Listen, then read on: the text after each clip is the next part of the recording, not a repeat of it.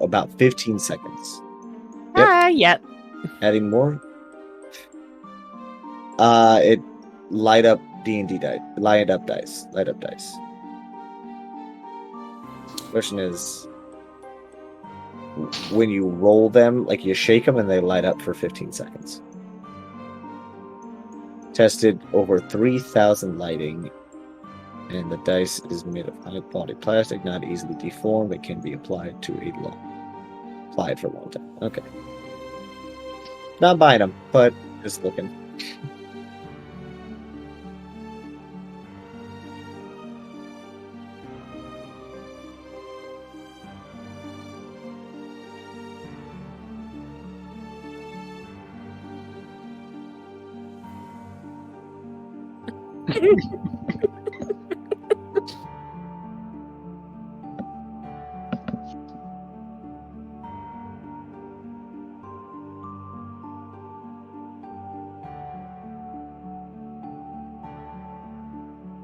Fireflakes.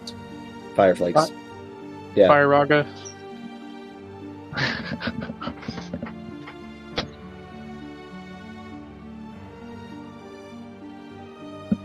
Almost kill. Yep.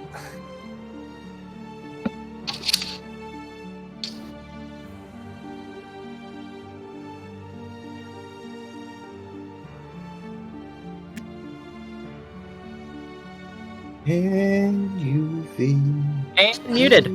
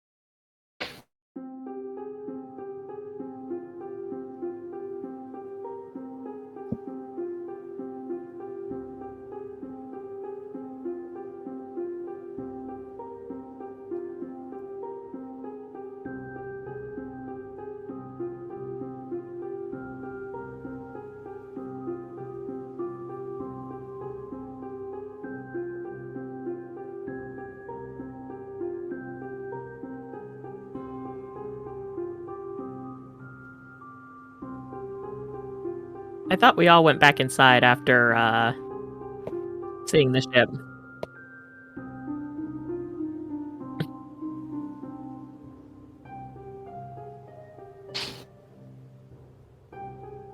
Oh, okay, so this is after this all happened.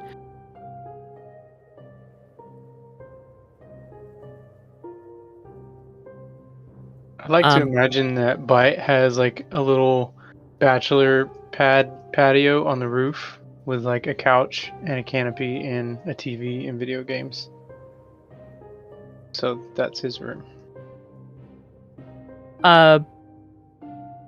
Mel is gonna try to go back to sleep to try to get some rest because you said it was like, I think like 1 a.m, or it was really really early when the ship came down. Yeah, Mel's gonna try to go back to sleep, although disturbed by the image of naked John. Oh, lass, you can fight your feelings all you want.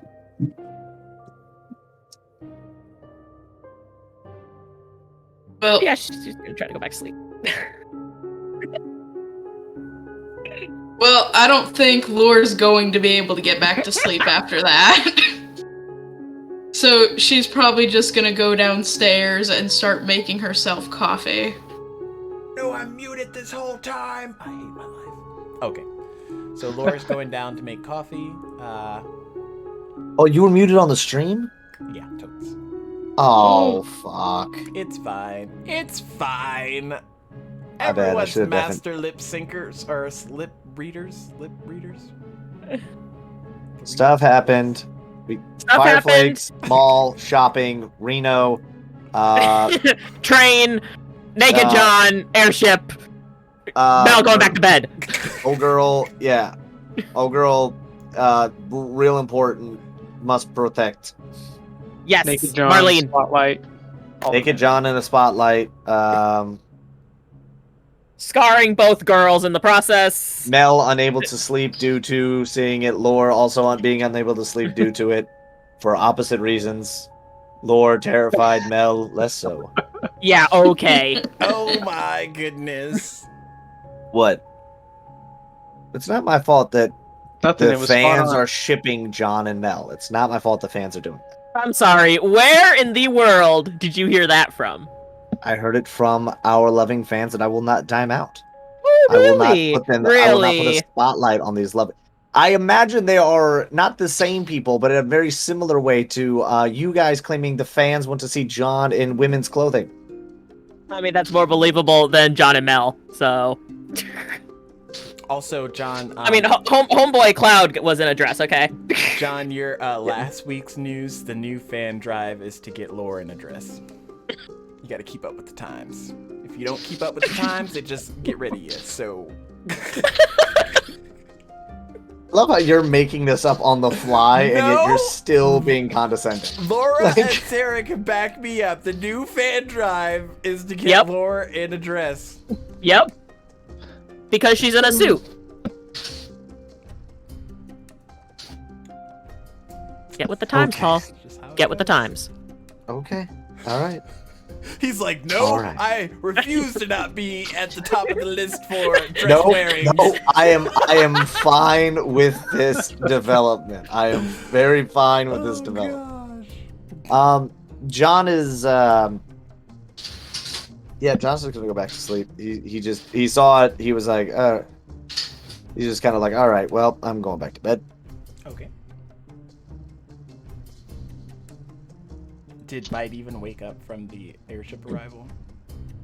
Oh yeah, he looked down from the roof and saw everything, and then just shook his head and went back. Okay. So eventually it's morning time. Roll just like a straight Constitution check, just to see. Let's check. Everyone? Yes. See how 17. grumpy you wake up. 11. Wakes up fine. Bite's okay. 20. So is John. Dirty 20. Dirty 20. Oh, Mel's good as well. You all wake up. Some of you might have wanted to go to sleep a little longer than the others, but ultimately you all get up nonetheless. Mel's yawning, coming down the stairs, and she smells coffee. Oh, who brewed coffee? I love them. I did. Johnny is like looking at the lore. Let me take this one. And Lord just like, whatever you want to do, dude. Mel, babes, you want some coffee?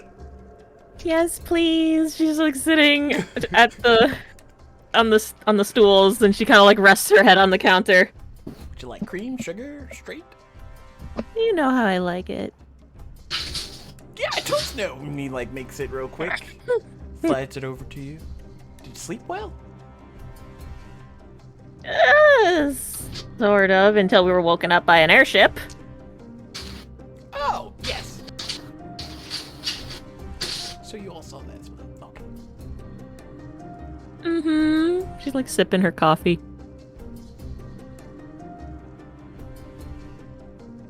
Where is Bite? Bite during Bite all is this? gonna walk down the stairs, hands dragging on the ground, and just like slump into the kitchen and come back out with like the milk carton, just drinking it.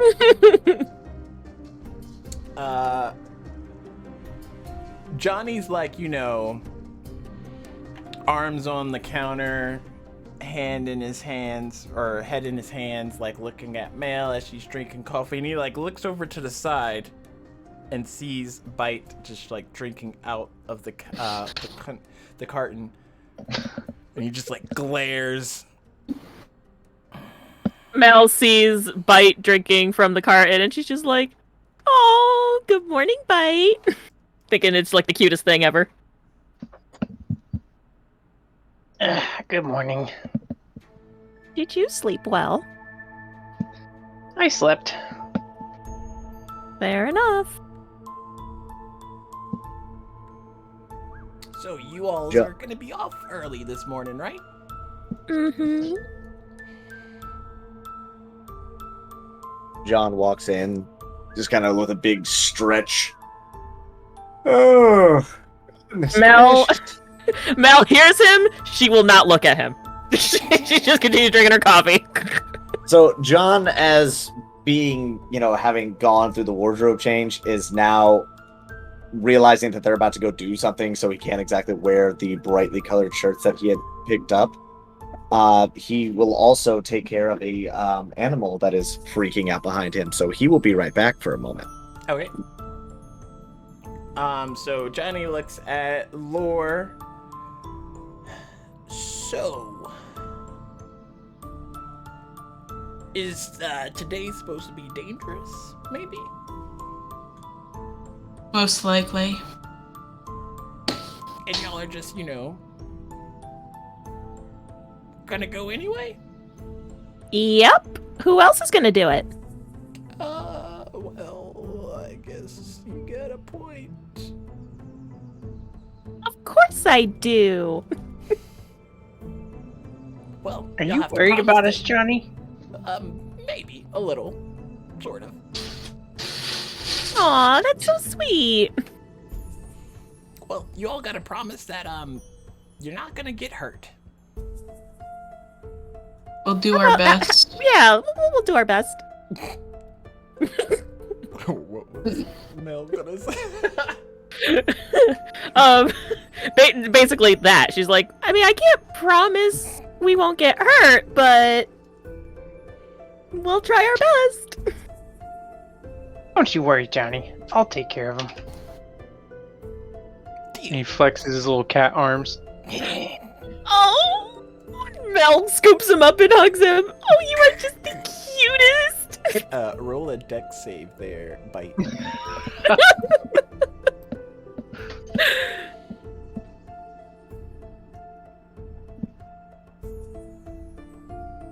Oh, dang it. Sorry. Oof! Milk goes everywhere.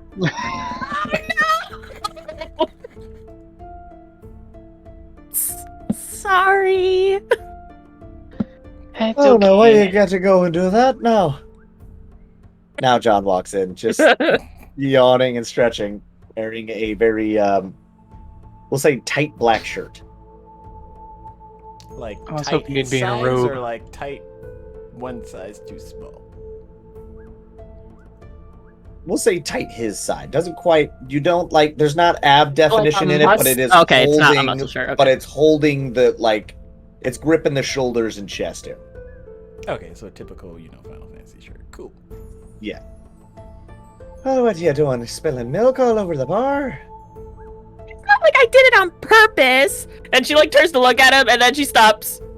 Her face goes red. She turns away. Johnny, do you have a mop? I'll clean this up. You feeling all right? And she just ignores it. She's like, Johnny, where's the mop? She's looking for the mop. I think she feels a little in the spotlight. Well, I mean, she did just spill milk all over the bar. Johnny comes out of the kitchen, has a mop. John is and, completely oblivious to the uncomfortable nature of y'all.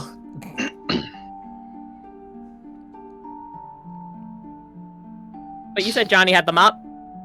Yeah, and like a rag to start wiping down the counter. I mean, Okay, Bite yeah, never has Mel pants takes. on, so he gets it.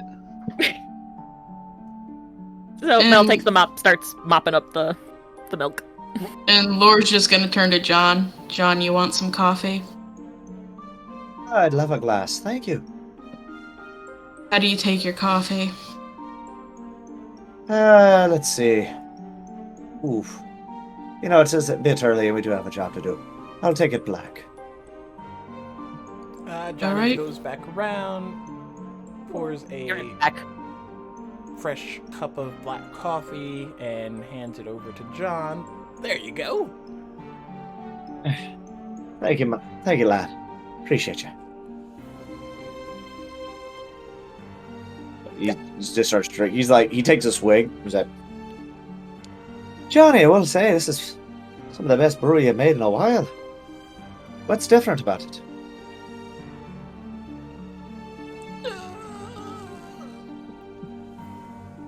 I didn't really make it.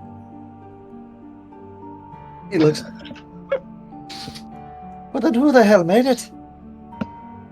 Laura just raises her hand.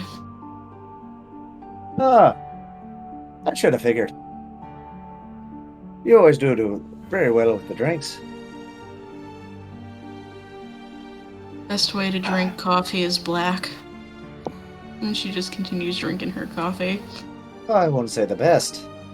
Typically, the best is with a bit of something a little stronger than a little bit of morning coffee. But of course, we have a job to do, so we don't want to get a little too rambunctious here in the morning. Make perception checks. Well, I'm good at those. John sees nothing. What did you roll? I rolled I rolled a 2. Oh no. And my perception is a -1, so I see nothing. John is just 16. really enjoying this cup of coffee in his hands. Just really, really enjoying the coffee. Oh my goodness. Would you roll bite? 16. Okay.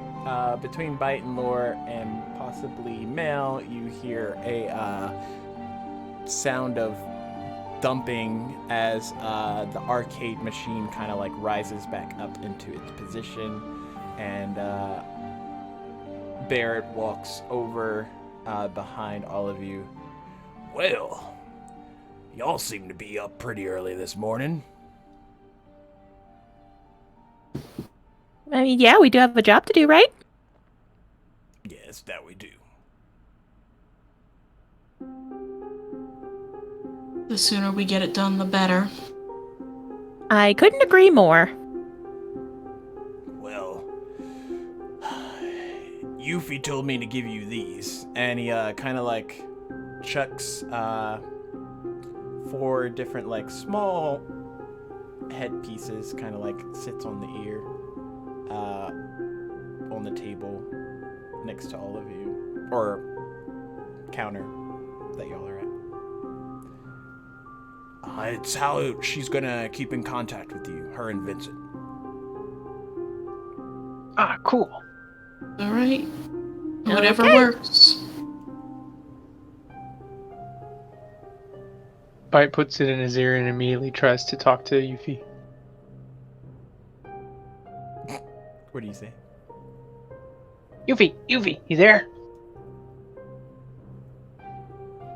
It's a moment of static before you hear a 10-4. Ah, I'm surprised you're awake. That's all. Oh, he's awake. Bite.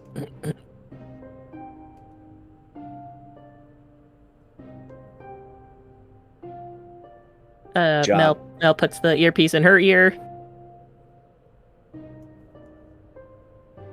John goes to put it on the side with the plate, and it kind of gives like a little weird feedback.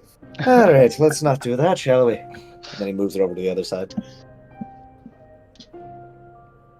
Yeah, better here or not to my right side anyway. As y'all are putting the earpieces into position, you all watch as Tifa and Cloud kind of like come down the stairs. Cloud immediately goes outside the front door of the bar, probably heading towards the airship. Tifa stretches a bit and looks over at you. Good morning. Morning! Good morning. Lord, She says as she's finishing up mopping the milk and handing the mop back to Johnny. Johnny puts it away, puts the rag with the dirty rags, and then comes back. I'm just gonna look at Tifa. He's not a man of many words, is he? Not normally, no.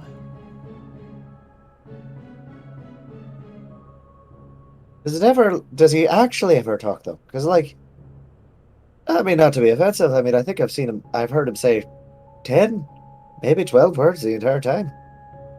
There was a lot of talking happening last night. And most of his, I wouldn't really classify as talking, more of like, I don't know, grunts? He kind of looks at, he looks to Mel and Laura. I mean, am I crazy? Yeah, a little bit. Oh, you mean about... Oh! God narrows his eyes. You're lucky you're cute. Otherwise, we'd have a problem. She kind of like crosses her arms, looks away, blushing a bit. Yeah, whatever. He just sips from his coffee.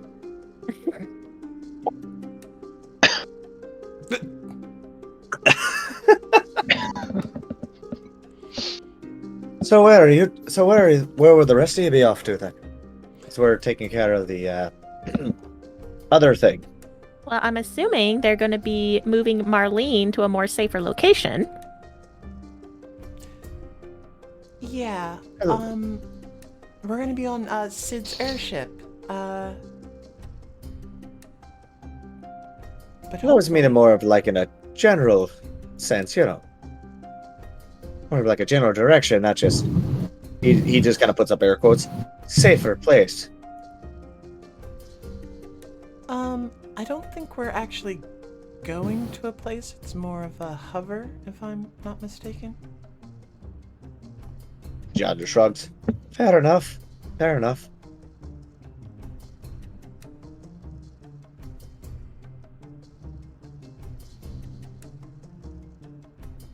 So, are we going to be heading out then? Because it's getting about that time. Yeah, if you all are ready, we can,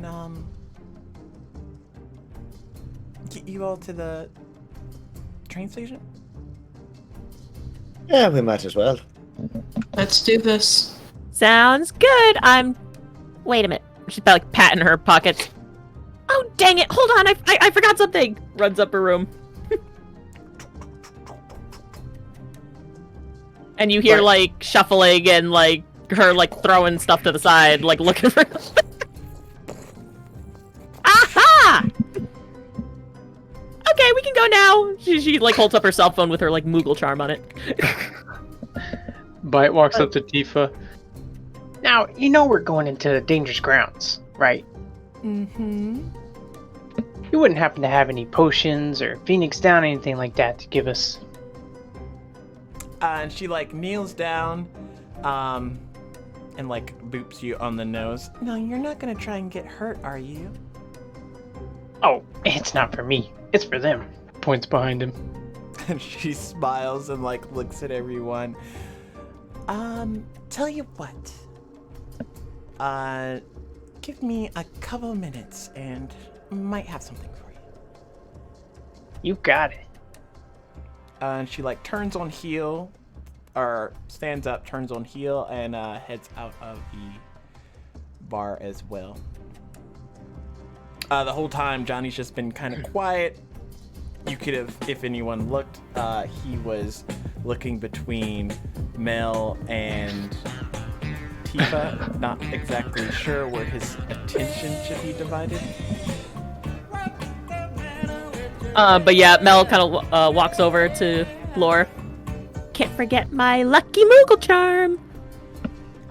Let's hope that it brings us luck. It brings the opposite of luck. Thanks for the follow, Zach the DM. Welcome to the Dumpster show. Fire. Not to be confused with the actual dumpster fire. What exactly about the charm is lucky? Hello, it's a Moogle. Why So you're wouldn't it saying be that- lucky? So you're saying that every charm that you pick up from a shop is going to be a lucky charm, then? No, just this one. So why John, is that one Did you say specifically? Lucky Charm again? Lucky charm. Now, can you say they're after me, Lucky Charms? But I don't have any lucky charms. Never mind. John just looks perplexed. Is this a cat thing or more like a Wu-Tai thing? Yes. Honestly, fair enough. Well, no, wait, Queen. You're not getting away from the question here. So why is that one specifically lucky? Why would you look at the time? We should probably get going. Just You start have walking out no- the door. You have no idea why it's lucky, do you? You just like say that. He's just like saying that as he's following. Like, oh, you know, that's not at all. Laura's You can't following. You can't just say things are lucky. That's not how luck works.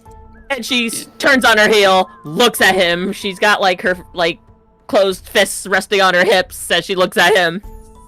It's lucky because it has a heart on it. Johnson looks at it. So hearts are lucky to you. Mm-hmm. So you mean to tell me that I will never be able to find another Moogle just like that one with a heart? Nope. I guess we'll see. He just winks and starts walking. New side quest. Look, there are 2 side quests right now. Find a recipe that Queen's gonna hate and that she's gonna want to add things to, but she can't because she said that you can't do that because it's the cook's vision and you can't mess with that vision. And 2, find a Moogle with a heart. Find multiple Moogles with hearts and then just be like, oh, look at all the lucky charms. There we go. I hear people are after them. God. And Thank you. Laura's just following behind them, shaking her head. Like, we're starting this already. Laura, keep your dog on a leash, will ya? As Bite is walking out, I turn around to Johnny and be like, I really will try to help protect him.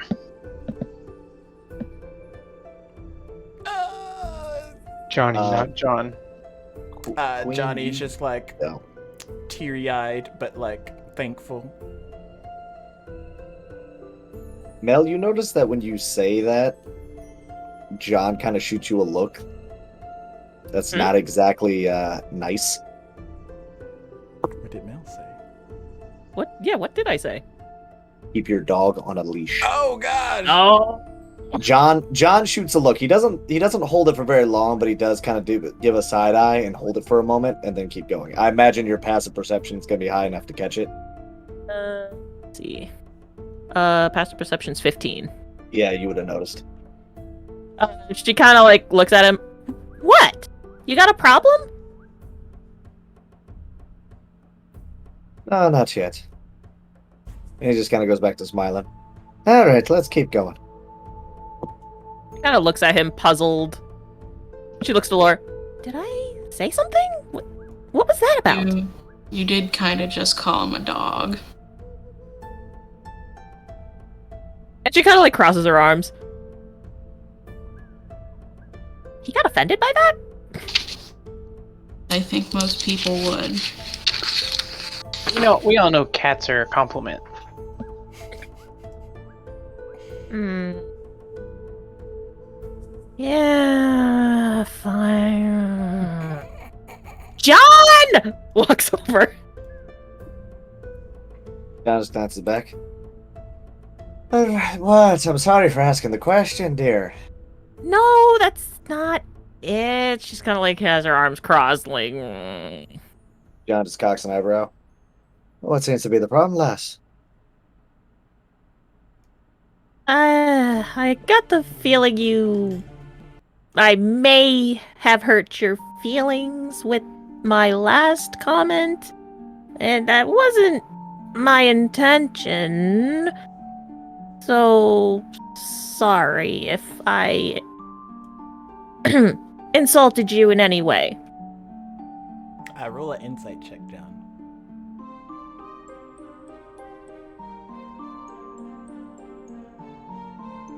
insight. That'll be an 18. Okay.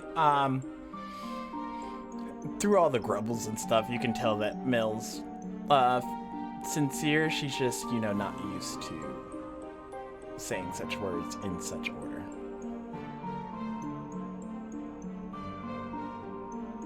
John just kind of lets out a heavy sigh, not looking at Mel, just kind of continuously walking. It's not your fault. He didn't know. It's just I should one be of the, saying stuff like that anyway. well, it was meant in harmless fun. It's just that was kind of my job to be, the dog. Find him, grab him, bring him in, or break him down. So, being called a dog doesn't quite bring up good memories for me. What, he taps the middle plate underneath, like he lifts up his hat a little bit and taps the plate. The ones that are still there, of course. Right.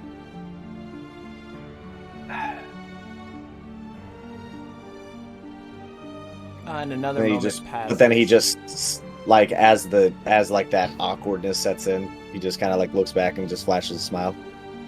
But that's all in the past now, alas. Don't you worry about it now. You humans Right. and your feelings. We got work to do. You all watch Yeah. as Tifa walks back up to the crew. She has her arms filled with various potions and things of that nature, and she just starts handing them out to you all. I feel bad. I feel like she chased us. No, you met her. You made her walk less because she had Oh, to go okay. out to the airship to go get him. Okay. All right. I was like, wait a minute. Were we just walking down the street? She's like, you guys, that's for the potions. Then left dicks. Like, The only people in history to make Tifa work for us. Eventually, you all get a potion of greater healing, which would be the equivalent of a high potion, and one very strange potion that has like a orangey, fiery glow to it. What's this? It's a choking potion. Great. She looks at you and she's like, "Oh, those are Phoenix Downs. Basically, if someone goes down, you just feed them the potion and they'll be brought back up." Oh. Cool. There is So- a time limit though. Time limit? Yeah, roughly like a minute or so. Before the person gets back up, or... Yeah, before the person's a little bit harder to get up.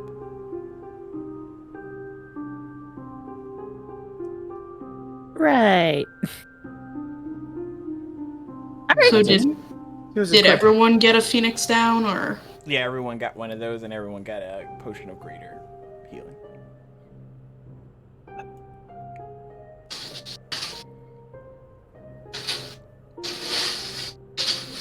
You didn't make that, did you? No. Okay.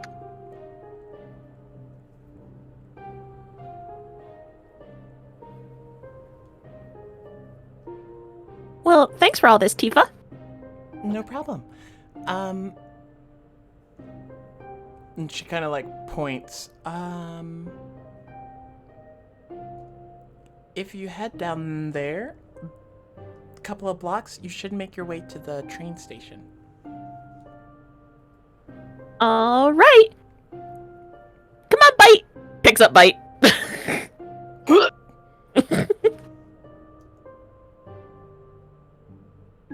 And she starts making her way to the train station.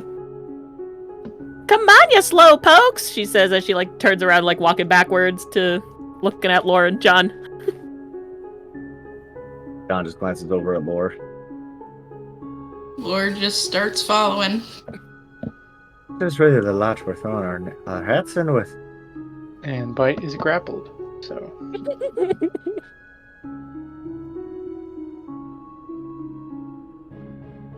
What time of day is it?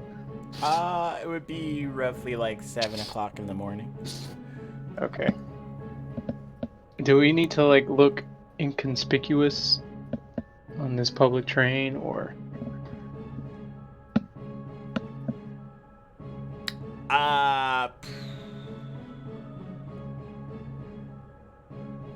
Roll a perception check.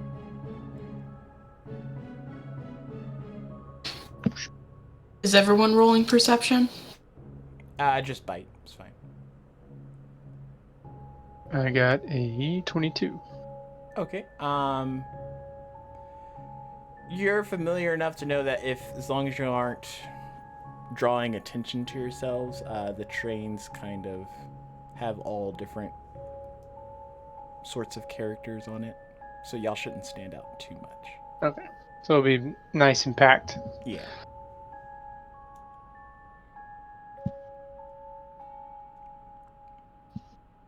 Cool. Okay, so where did Tifa say the train station was again? She's like walking, looking around. This way. Okay. As Bite's like pointing. I don't know.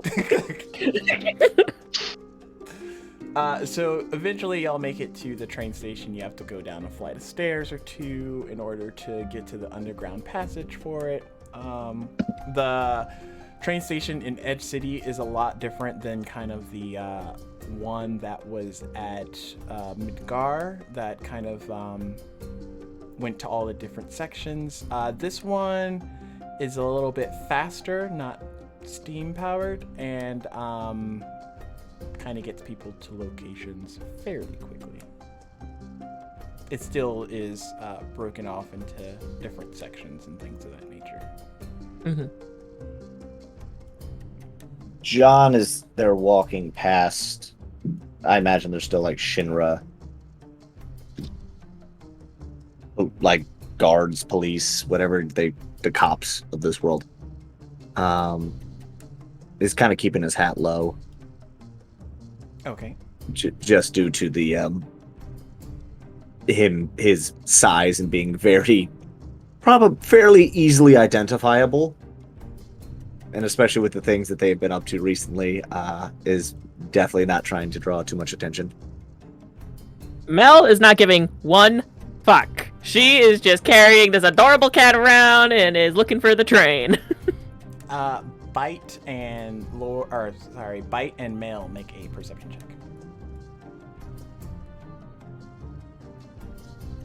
13. Ooh, 9. And Male make a dexterity save. 23. Okay. As Mel is kind of like beaving and wobbing through the crowd of people that are trying to make their way to the train. She kind of like interjects into a person and bumps into them slightly, and this like hand comes out and like pats Bite on the head. Oh my gosh, it's so cute! I know, isn't he adorable? Yes! Bite has like the eye twitch and the smile.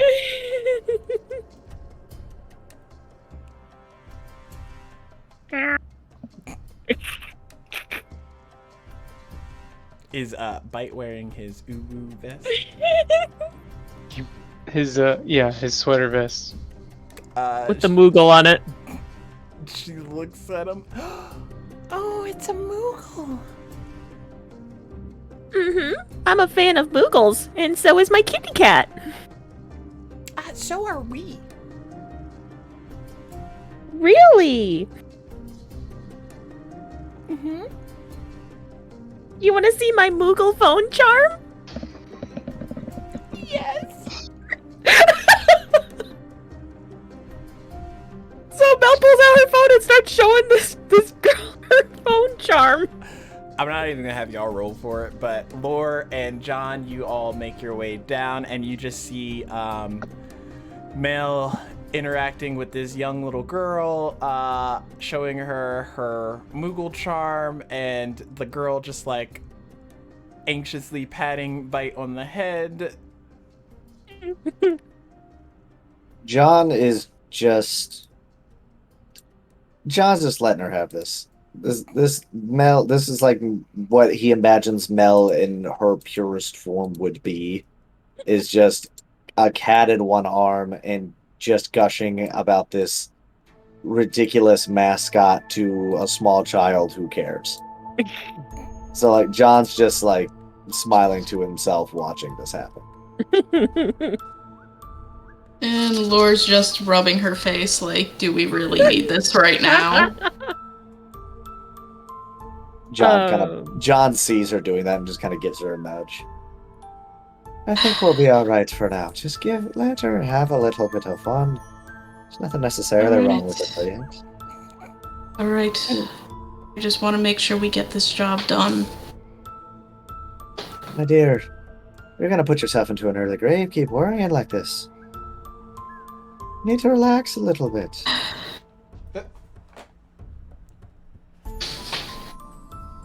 I'll try. He kind of gives her a look like he's heard that before. Alright, I'll take it. And then they kind of just wait on the train as their companion continues to gush over a Moogle with a child. After a little bit, when Lore and John kind of pass Mel there, you hear Mel as someone's calling out, Sonia! Sonia! Sonia, where have you gone off to?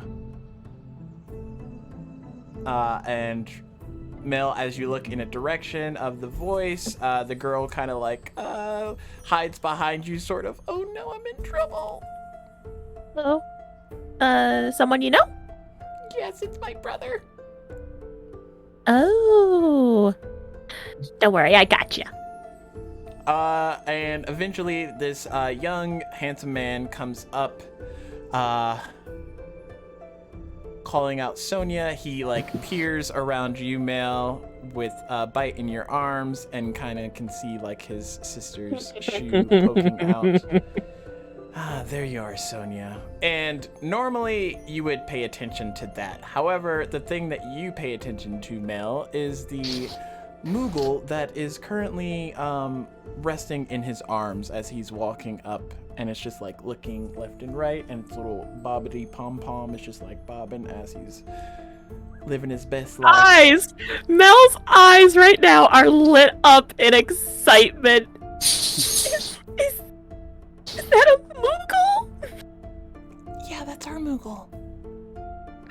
What's its name? Moggy. Oh, he's adorable. Hi, Moggy.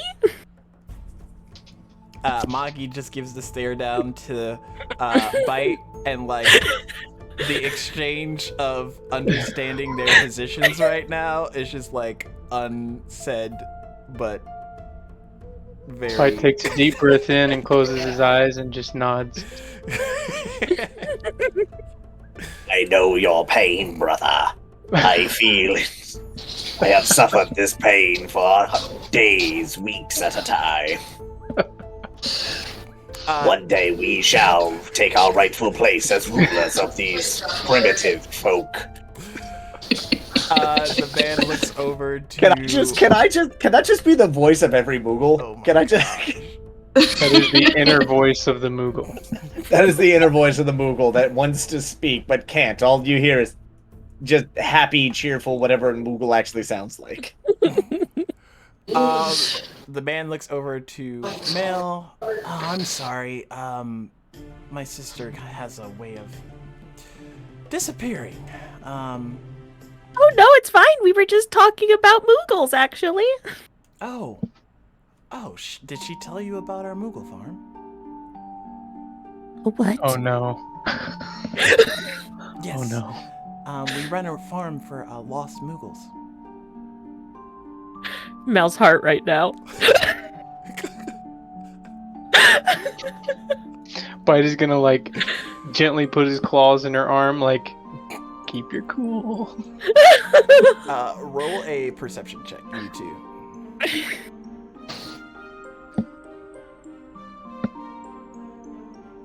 15. Okay. 10. Bite, you notice that the doors to the train are starting to close. Are we in the train? No, you're right outside. I'm going to like gently scratch Mel playfully and like jump out of her arms and like hiss and run into the train. Like Where are get you her going? Oh no! to get her to chase me in there. The little girl runs after it. Mel, I need you to roll a. Oh, we have our dexterity. headpieces too, right? Yeah. So Sorry. at the same time, can I whisper in the headset the train doors are closing? Yeah. Doors are closing, guys. John and Laura are already on the train. Yeah, Laura and John Like are on the John's train. got his hand near like the hold button to like keep the train doors open. Ah, okay. What save did I need to make there? A deck safe. Yep, that's a 10. Okay. You go to kind of like run for the door, and you accidentally bump into Sonia, and you both like collide and fall over. Can I use my reaction to like stop the door from closing? Sure. I like stop the doors from closing to kind of hold them open. And I pick up Sonia. Is that the little girl? Yes. So John picks up Sonia first, kind of brushes it off. Here you go, lass. So sorry about that. Mel, darling. He scoops you up and kind of like pulls you in and is, like holding you almost like, you know, like you're together. Here, God. if you're gonna get lost like that, and he's very smiling outward. And he's like, I swear to everything, if you end up getting us busted for some fucking Muggles. Sorry about that. And he just kind of waving at the guy, the brother. Like, we're so sorry about that, lad. She's a bit of a clumsy. Mister. Oh, it's not a problem, lass. Now you have a good day now. And remember, just be kind. And then I was about to say some rude shit about Muggles, but it's like, this is a small child. Don't crush her dreams. Once on the train, John like lets the go. train, and the doors kind of like close, and you pass the gentleman with the Moogle in his hand and young Sonia as they like fade off from the train passing by. Oh man! Once they're safely on the train and the train actually starts moving, John just kind of looks at her. You feel better now? No, actually, I wanted to know where the Moogle farm was. John lets go over. All right, lass. We need to talk about your Muggles. No, we don't. Are you sure about that, dear? Yes. Because you almost missed the train on the important thing. He kind of glances around the train car. How many people are in this train car? The particular one that you're in has about 10 other people just like nestled about. I feel like there'd be quite a few people who would be upset if we missed the party. Don't you?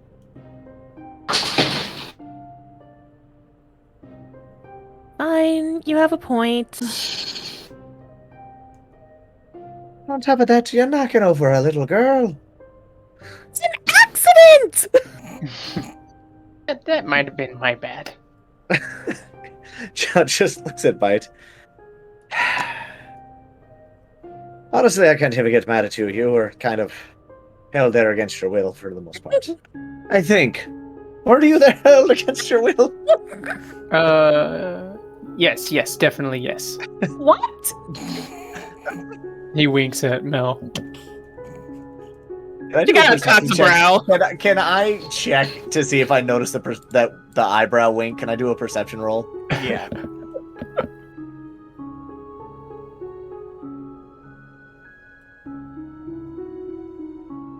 Okay. 13. Uh,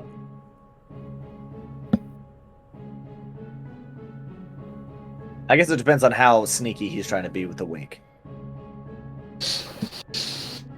Well, I just realized I need to start, acting like a cat in public, so I'm gonna talk less. I mean, I imagine you're talking like through the earpiece. Oh, which yeah, is like, I imagine isn't quite like telepathic, but is very much like you can talk in a hushed tone. Modern day sending. Yes, modern day sending. Final Fantasy sending. So do I notice the winker? I don't You know, definitely notice it. yeah. Okay. I wasn't. Yeah, it was quick. John just stares down at the cat and just thinks to himself, wonder how fast the train has to go for this thing to turn into a... Like, how fast... how slow does the train have to be going for him not to die? Throwing him out the window. Does Mel see the way John's looking at Bite? Roll another perception check to his perception check of his perception.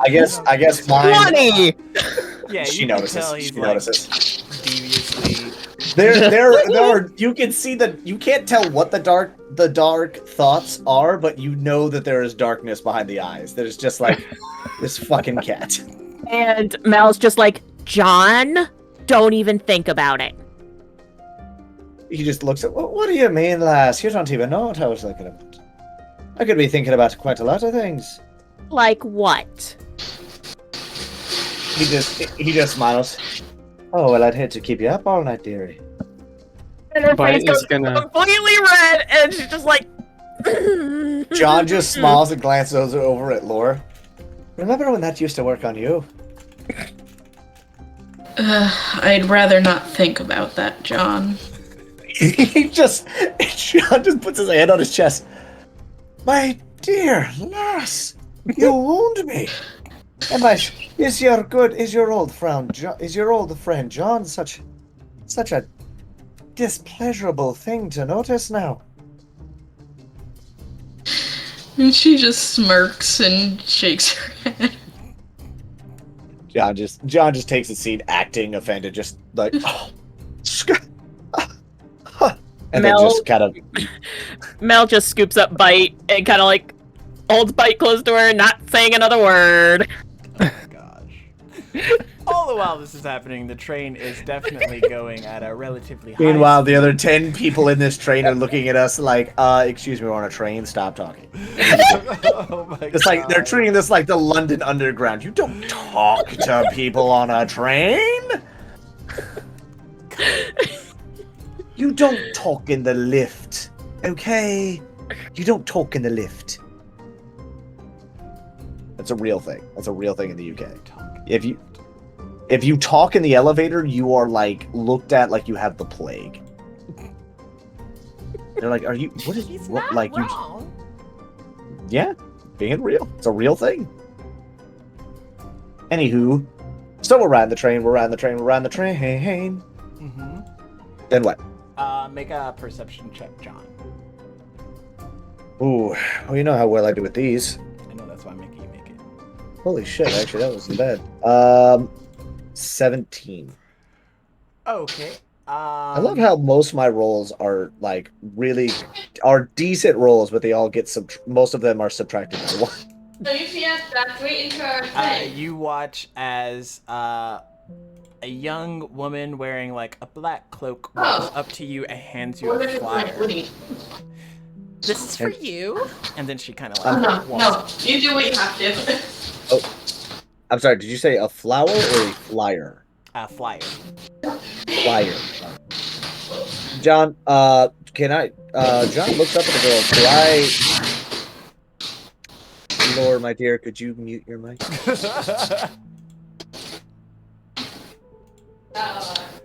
If she's still near her mic. It's just train ambiance sound, okay? It is train ambiance, sure. You're right. It works in this regard. I glance up at the girl. Do I do I recognize her at all, or is it just she's just like a random face in the crowd? Just a random face in the crowd. She is dressed kind of strangely, just like a black cloak. When she walked up to you, she had like black running mascara on her face, and her hair was like white and pulled back into like a nice little braid. But she's just like randomly picking people throughout the cart to hand these flyers out to, and she gives it to you because you look like you're in the group. I take it and I just smile at her. Oh, thank you, lass. I glance out at the flyer. What's it say on the front? Without me like really glance. Like, what's the big As thing you on glance, it's just black piece of paper, and there's only one thing written on it, and it says, "Join the reunion." And as you flip it on the backside, there's nothing there. the flyer? I glance up at the girl. Is she still there? Yeah, she's just handing out more flyers to people. Excuse me, lass. Dearie. I'm sorry. Where are my manners? My name's John. What do they call you, lass? 18. John just smiles, hiding his confusion. 18. Mm-hmm. Well, 18.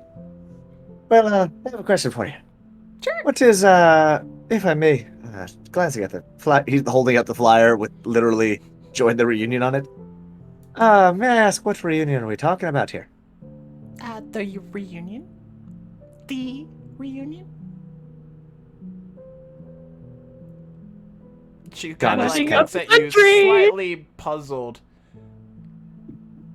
John is like smiling, trying to play it off. Would I know anything about this? Like, does she have any it's like literally a random person hand you a flyer that says the reunion. You would be as confused like as you the are. reunion? Okay. She doesn't have any like. So she is a white-haired girl with running mascara. You said that. Yeah, Did I hear black that correctly? mascara, Yeah. Okay, so it's like when I just dumb white guy here. Let me just verify I know what running mascara means in this terminology. It like she's crying and it's running, or it like it's drawn on, like to make it look like it's running. It looks a bit inkily put, but for the most part,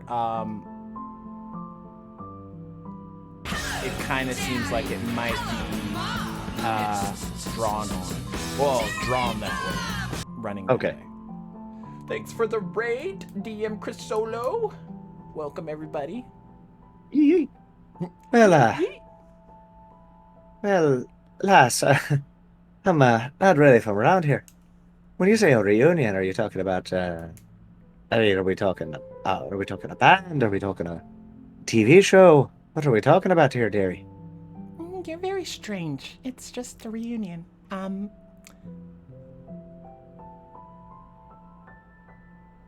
you never been? John is once again attempting to just remain as calm and as smiling as can be. Well, yeah, of course. No, lass, I've never. Can't say I have. Oh. This reunion that you're talking about, although it does pique my interest a little bit. So, who's all going to be there?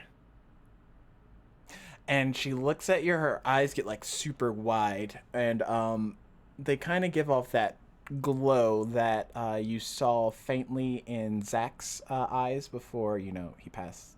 Not Zach's, Tinsel's eyes before he passed out. And she looks at you, she's like, you're gonna be so excited to be there. John kind of like smiles and starts like kind of rubbing his mouth, like kind of like playing with his mustache a little bit, covering up his mouth with his hand, and then whispers very quietly into the earpiece. Hey, we might have a little bit of a problem here, 18. Mel kind of is like, what are you talking about? John kind of just drops it, puts his hand back down because he doesn't want to talk too much into it. Well, I'm glad. Well, we may have different definitions of a great time, but where is the reunion, lass? There's no.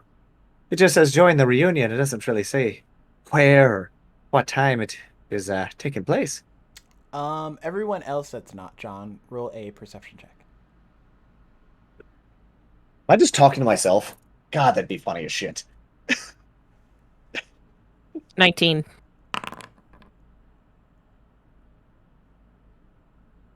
I got 12. Okay. Laura got a 1. Laura's not. Oh, She's no. already done with this dumpster fire. That's sad. So Mel and Bite, you notice that John kind of like walked away from the group and talked into his earpiece and said what he said, but it doesn't really make sense because he doesn't appear to be talking to anyone. And John, you watch as the girl just like gives you this wicked, like eerie smile and sort of like fades into a mist of darkness.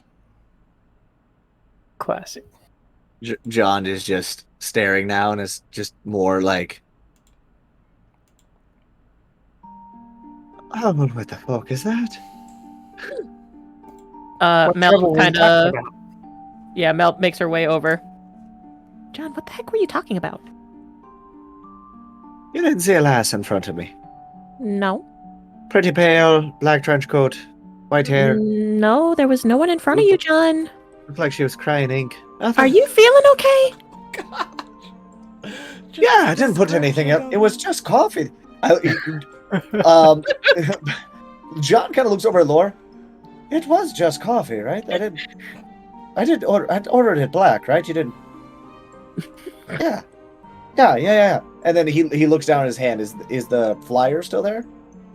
No, it's vanished as well. You do remember it saying "Join the reunion," though. I swear to you. I swear up and down. I'm not drunk.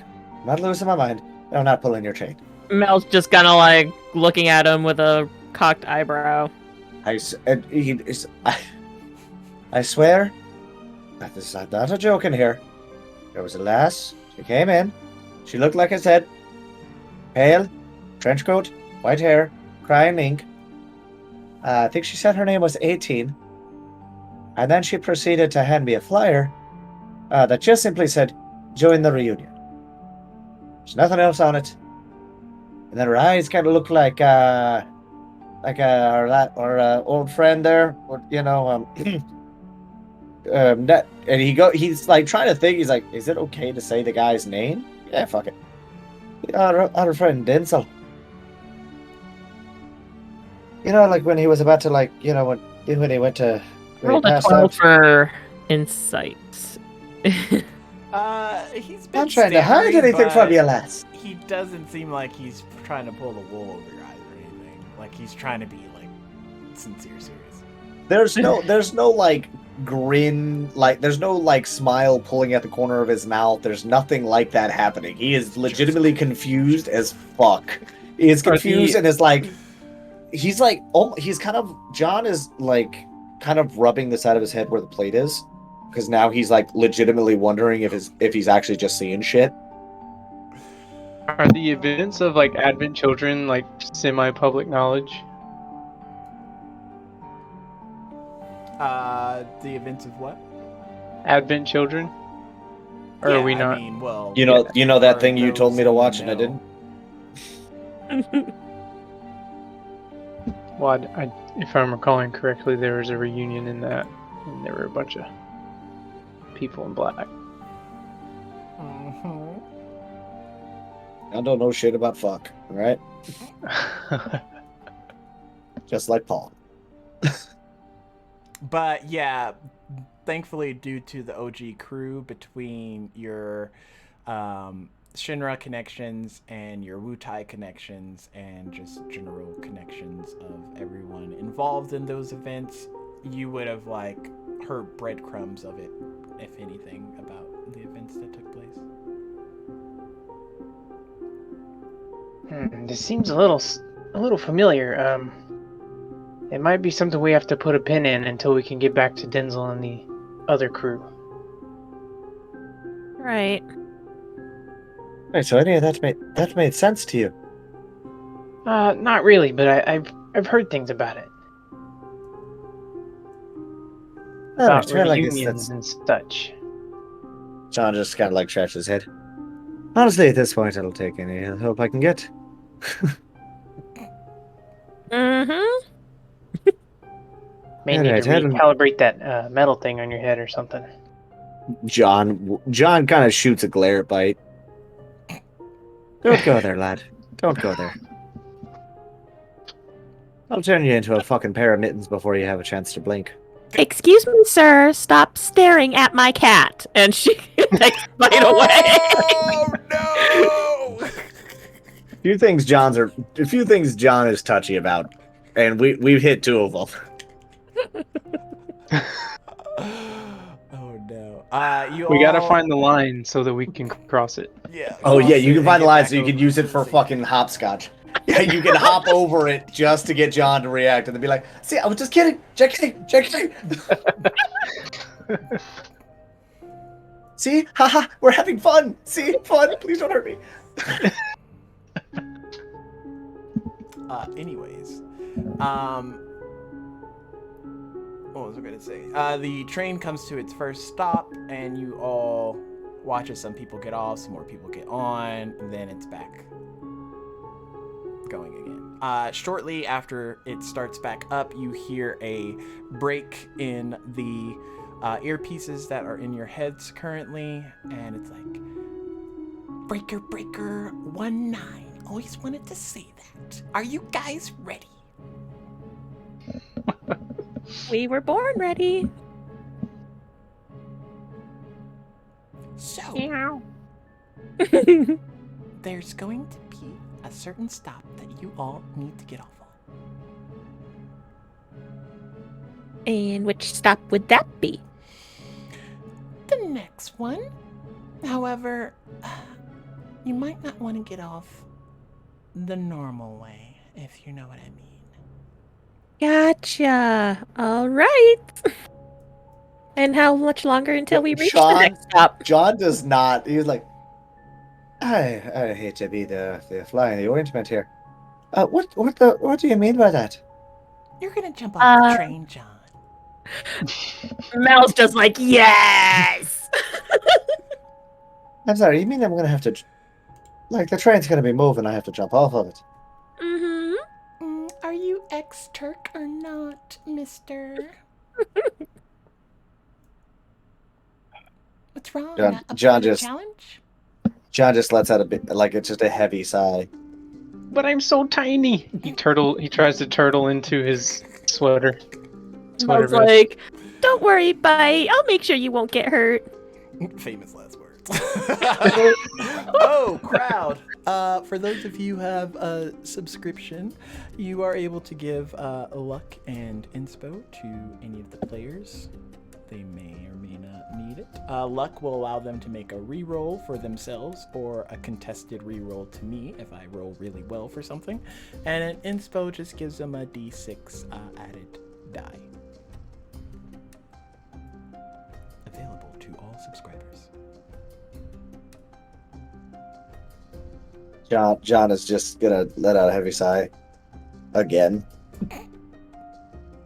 Now, let me just ask, how far away from the Nice hat! station are we? Hey, mister! Nice hat! John just kind of glances over at. No. And this, like, apparently homeless person that made it onto the train is just like, nice hat! And then he walks down. And then he walks to, like, a lady who's definitely not wearing a hat. Nice hat! And then he keeps going. John just stares and just like, what the fuck is wrong with this I don't place? know if that Anyway. channel point redemption is, like, gonna be the end of me, or... Look, you weave that channel point thing in really well last time. This time, not so much. I will say this time, not so much. Oh, it's fun. It's fun. Last time was a fun little bit. This one was just. Well, I couldn't do You the just, thing like- again where it's like someone's like, "Oh, you have a really," because it's like literally. Have you seen John? mean, you- Like the man's a train wreck. I was just testing the What waters, the okay? fuck? What do you mean John's a train wreck? John is He's a train tall, wreck. He has a decent plate looking in his man. head, giant mustache. That the hat is a nose covering. piercing. Anyway, John is a Freaking. handsome lad. I never said anything about that. I just said he's a train wreck. Anyway, Am I anywho. foreshadowing? Find Taking out my next time, character. ladies and gents. John is a gentleman and a scholar. I wouldn't say a scholar, but a gentleman, yes. Today is also opposite day. Any requests are null and void. I haven't heard opposite day in so long. Anyway, John is once again ask. So exactly, how fast is the train moving right now, lass? And we're just going to pause really quickly because for those of you who have just recently joined in on the fact of everything that's going on, may not be aware of the fact that John had jumped off of a moving motorcycle to attack some hounds a couple of episodes back and jumped back onto said moving motorcycle. That is why I'm finding this so hard for him to comprehend right in this moment. I imagine, because you said the train was moving like fast as fuck, so I'm thinking it's like a bullet train going like hundreds of miles an hour versus the motorcycles that I imagine were topping out at maybe like 45, 50. Just right. Just at that. You have to time it. Okay, I you know what you're reminding me of? if I jump right now. Look, you know what this is reminding me of? Samuel Jackson and Dwayne Johnson and the other guys when they jump off the roof and they say aim for the bushes and there's no bushes on the ground. That's what I'm thinking of right now. It's like aim for the bushes. We're literally there's nothing but concrete. Am I adding the other guys to my list of movies? Anyways. It's pretty good. It's a pretty solid. It's It's Mark great. Wahlberg. It's Will Ferrell. It's pretty solid. No. I'm a peacock. You gotta let me fly. Yeah, Oh, no. it's got a lot of Michael Keaton's in it. All right. Oh yeah. Anyway, so he asked the question of like, all right, so exactly how far away are we having to like he's just trying to get some more specifics as far as like how fast are we and how far away from this stop are we gonna have to like jump off this train at? All right, you hear in your ear, 5 minutes. Doesn't give us a lot of time. John just like he just like begrudgingly is like, fine, seems we're gonna be that way. Mel is gonna, or Bite is gonna like slowly move his potion like closer to his mouth under his sweater to get ready for the jump. Wait a minute, are we talking the healing one or the Phoenix Down? Both. Well, good call. Luck to Lore, inspo to Mel. Luck to John, inspo to Bite. Ooh, thank you. Lucky. So luck just means I get to re-roll. Thanks, Brent. I get a luck point, right? That's what that means? Okay. Yes. You get to re-roll one of your rolls, or make me re-roll one of mine, whichever comes first. Ooh, all right, we'll see. We'll see what happens. I got a feel it's going to be one of yours. Why Your do roll's I never terrifying. roll nat 20s? I'm not even I- doing anything right now. I'm making y'all do I all know. the rolls. But in the future. But wait, Thank till you, y'all jump Brent! off this plane or this train. Plane. Thank you so much, Brent, for your continued patronage of not only this specific campaign, but also what you do here for Judgy DM. You're a gentleman and a scholar, and we look forward to seeing you on the next episode of Rise of Sage Mist. Oh, I was like, where is this going? It honestly took me a second to remember which one Brent was in. I was like, I know Brent's at least in one of these goddamn campaigns. Oh my gosh.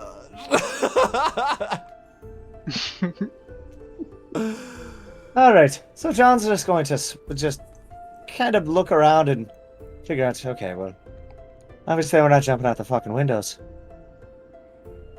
He kind of like goes to the engine of the car and is kind of like looking at the gap. Maybe we'd have to do it one at a time. That's the sound of train tracks. Things.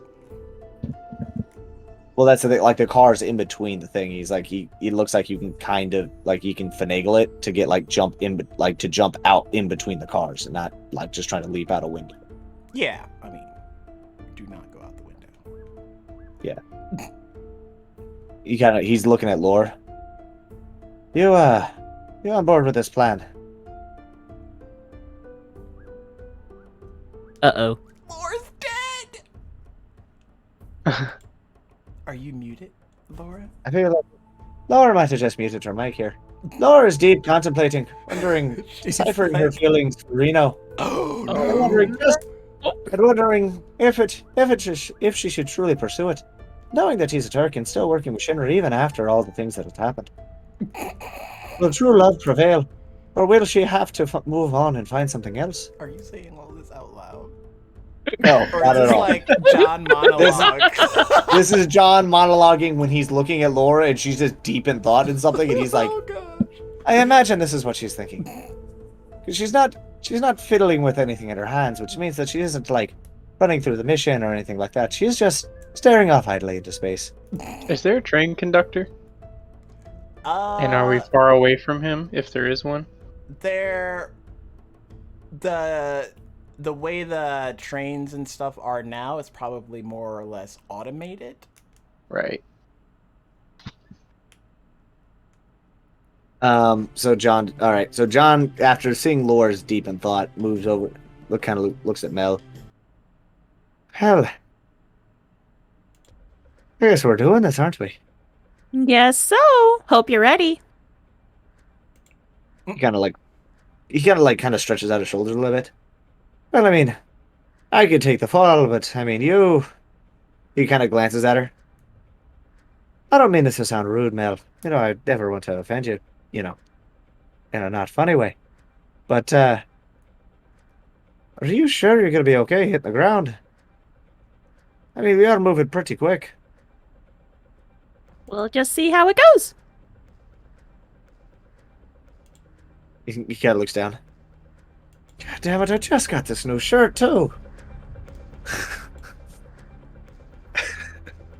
now they're just waiting.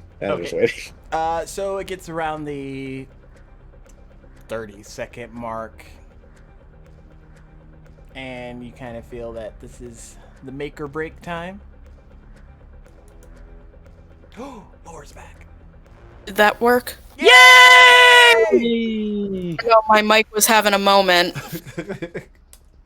Now the question is, was John at all correct in his monologue there?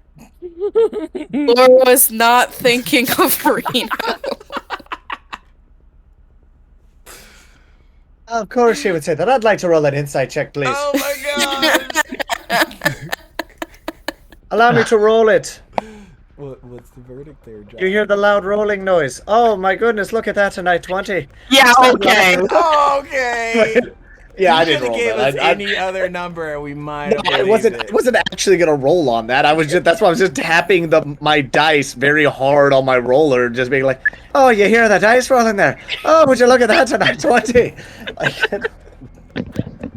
Oh my goodness. Anyways, it's about 30 seconds before you have to jump. this is why John's not allowed nice things. Like friends. Why do I feel like y'all are gonna miss your job?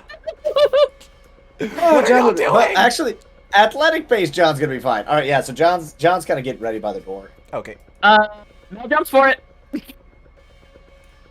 She just yeet.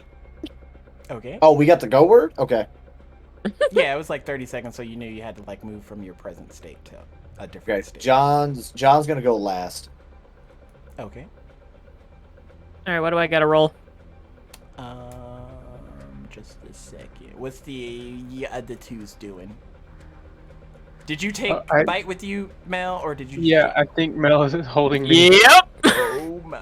If I feel like this is a bad idea, I will try and free myself from her grasp, but otherwise I'm rolling with it. I mean, John's gonna go. John's gonna jump. He's just gonna wait for after Laura. Yeah.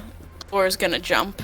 Okay. Laura Just gonna jumps, send it. and John follows suit after. John kind of like tries to close the door on his way out to like not make it look like people just jumped off the fucking train. Yeah, totes. Make a sleight of hand check. Sleight of hand? Yeah. 16. Okay, you're able to close. At this point, everyone roll a dex save. Dex save. Mm-hmm. All right. 20 and a 25! Woohoo! 14. I'm gonna use my real dice for this because I don't trust. You can see why I'm using my real dice, because As we digital look at dice are Lore's shit. last perception check of 1, I can see why there's trust issues.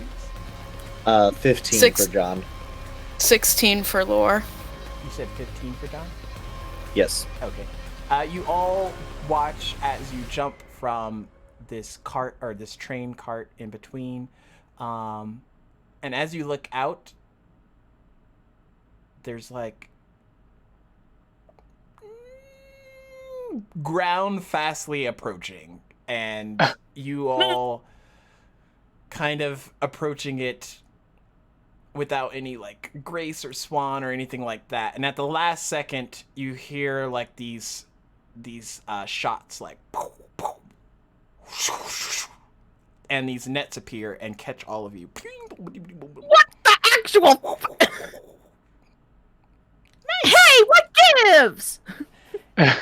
What caught us? A net. Like attached to the train, or like just on the ground? Oh my gosh, I'll be going out of it. Look, I thought it was like an anti, like, no, you can't be jumping off the train kind of bullshit. I don't know. If you watched Advent Children, like the net that caught Rufus Shinra when he jumped. Obviously from that Like, scene. Totally, I didn't even know what you. Yeah, that one. I had no idea. That's a great scene. Just give me. Should I be worried, or should I be like? It's basically a or net bad? that attaches to like 2 anchor points, and then you fall into it like a what's those circus people that do the trapeze Acrobats? arts? The acrobatic trapeze artists. You like a net okay? like that. So it's a kind of safety. like It's a safety net. Got it. It just catches you all. You're just like boom. Oh, boom, okay. Boom, you just Okay, so this is a good thing. Okay, yeah. Okay, I wasn't sure if this was like bad guys had a thing, so that's why I was like, should I be worried right now? I don't Yeah, know. because the way you sounded, like the. Never mind. Go Made ahead. it sound like it was a trap. Well, now that I know you all have guts, let's get this show on the road. I gotta give you some of those. Hey! And as you like roll your way off of the nets to solid ground, you see the train kind of like stop maybe like 100 feet in the air away from you, towards the final stop. That would be like the Shinra stop that you are all supposed to go to. However, from where you all are, you're kind of like safely nestled underneath the tracks, and you have like a clear way to reach the building without kind of like drawing attention to yourselves.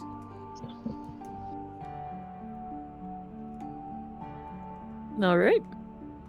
Bite's gonna turn his vest the normal way. The tactical way. Oh, but you look cuter in the sweater vest. Who you kidding? I look cute anyways. Oh, you're right. John just audibly rolls his eyes. Oh my goodness. What, John? You jealous? John just laughs. John, make a perception check.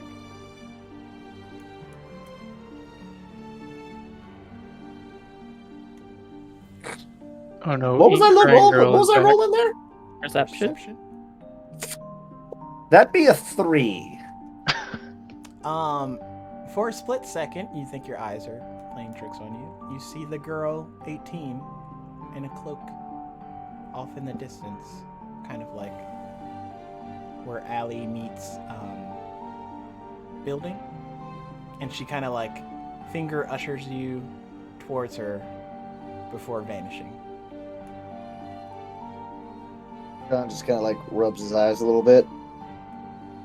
Then kind of looks back and like sees nothing. Are we heading in that direction by chance? And he kind of points to where she was kind of beckoning. And it does seem to be, the direction that y'all need to go in. You're not sure exactly which way you want to sneak in, but that's definitely the way you have to go. The way that he's pointing. Well, laddie, I think it might have been just the light hitting the sands, or the possibly hurt my head a little bit jumping out the train there. But I swear I just saw that 18 lass again. Okay. He just looks at him. He looks at Mel. Dearie, I promise. I'm not trying to play a gag here. No, I believe you, but none of us have seen her. It's kind of weird that you're the only one who seems to be seeing her. I mean, it Why might does be. Shinra stuff have to get so creepy all the time? I mean, it might be a Shinra thing. It might be the mental plates thing. It might be just my. He tried to make light of it. It might just be my raw, physical features that have drawn such terrible things to me. Anyway, let's keep going. Like raises a brow. Right. John isn't looking. John is just like, what the fuck is going on here? Let's just keep our eyes open and keep moving ahead. Okay. Stealth checks with advantage. Okay. Ooh, baby. 13. Okay. 24. All right, so the glittery die don't have a D12, but man, that D20's hot. 22. Okay. You all kind of start to sneak, not in the henchman sneaky kind of way that draws more attention to yourself than you would need to, but you kind of usher yourselves against the side walls and kind of blend in with the curvature of the way that the upper tracks curve with the building. And you make your way to this alleyway that seems to be there mostly for funneling of water and sewage and things of that nature, but there is a stairwell, kind of like the service stairwell, that you make your way up. You go down this long alleyway. Everything's just kind of there. I mean, most of the stuff that you find around Shinra buildings are more or less immaculate to an extent. I mean, while this area doesn't have a lot of traffic, it is still well kept. There isn't old homeless people setting up camp or anything of that nature. So you make your way down this alleyway, and at the far end of it you see a series of ladders that kind of arch their way upward, and you keep looking up and you notice that as it reaches different coves and different levels, there's different pathways that it can go. However, it goes up for a fairly bit amount. So depending on if you go up the ladder all the way, you probably could get a bird's eye view of this Shinra building, or you could take one of the passages off and kind of make your way in that way as well.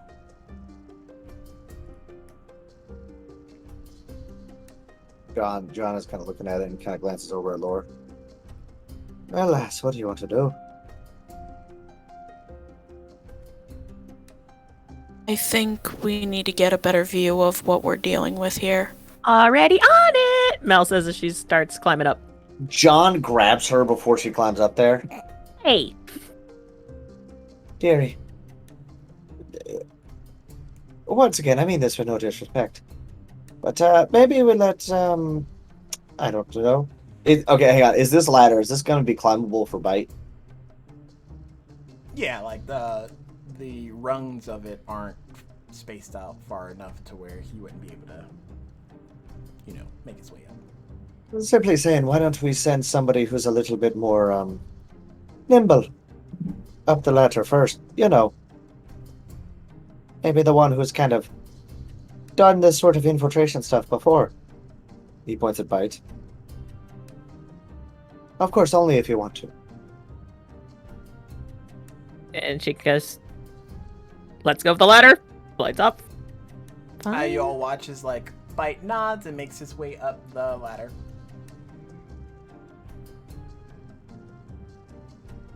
What you three? John's kind of like keeping an eye out and is like trying to verify like nobody's coming up. Like, is there?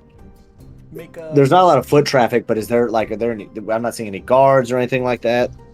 Not I guess from the perception area check. that you're at now. Holy 20, nat 20, for a total of 19, but a nat 20. Not from the area that y'all are at. It's more or less just like servicing alleyway type deal in case Okay. any of the X. workers need to be able to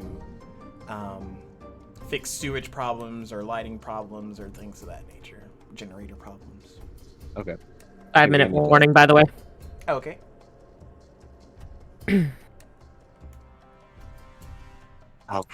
I'm so sorry. I didn't realize Bite was MIA. I apologize. I didn't see that till just now. Oh, that's fine.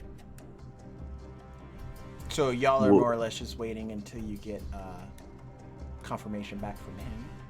Yeah, we're just kind of waiting until we hear back from Bite, or at least John's waiting until he hears back from Bite. Okay. Well, we'll take a quick 10-15 minute break. I will go get something to drink. And then we'll come back Yay! and pick up with the latter half. So, yep. See you all here shortly, and stay beautiful.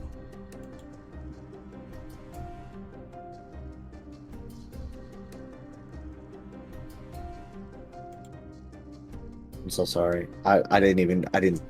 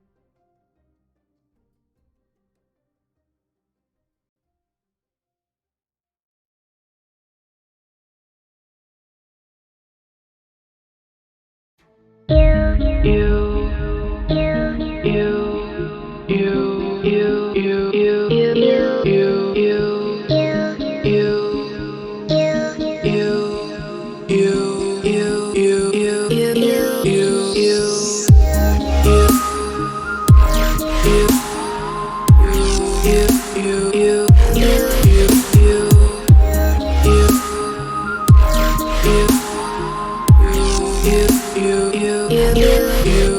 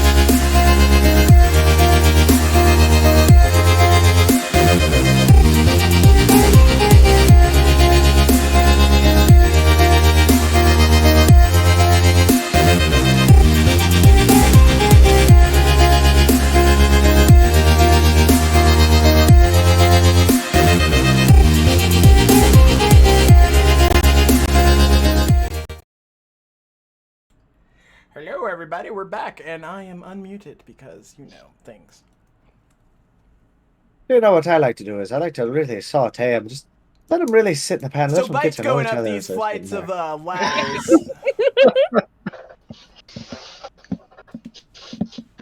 Eventually, you make it to. Are you going all the way to the top, or? Are there windows to look into on the way up, or? No. Think of it more of like a. Like a fire escape ladder or something? Yeah, kind of. It's just like nestled on the side of this building that goes like all the way up, if you would like.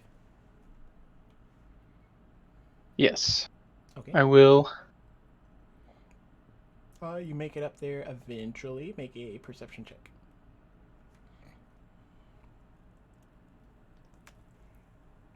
Oh, 7. Luckily, you only need eyes, so you make it up to the top, and you see Yuffie like looking over with binoculars, and then she leans back and like looks over her shoulder. It's about time that you made it.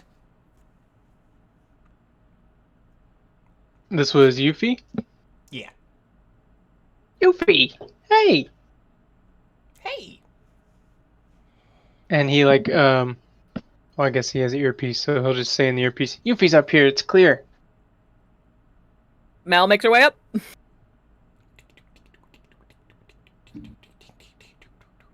John kind of gestures the ladder to Lore. I mean, do you want to go or do you would like me to follow? And Lore will go up. John follows after. Okay. Eventually, you three make it up as well. You see Yuffie and Bite just kind of like shooting the shiz as you all arrive up top. So, seen anything, Yuffie? Take a look. And she like throws you the binoculars. Oh, okay. Mel takes a look. As soon as you look over in like the building general vicinity, you notice a certain bald man wearing shades and Oh, a certain God! Not Oh, jeez. Hey, Law, your boyfriend's here. Boyfriend. Mm-hmm. We're gonna take the binoculars and take a look. You look over as well, and lo and behold, you see Rude and Reno. She's going to lower the binoculars and she's gonna rub her forehead like, we really didn't need this right now. It's okay, John Lore. I'll go doesn't for the need to knees. look through the binoculars to know exactly what Lore just saw.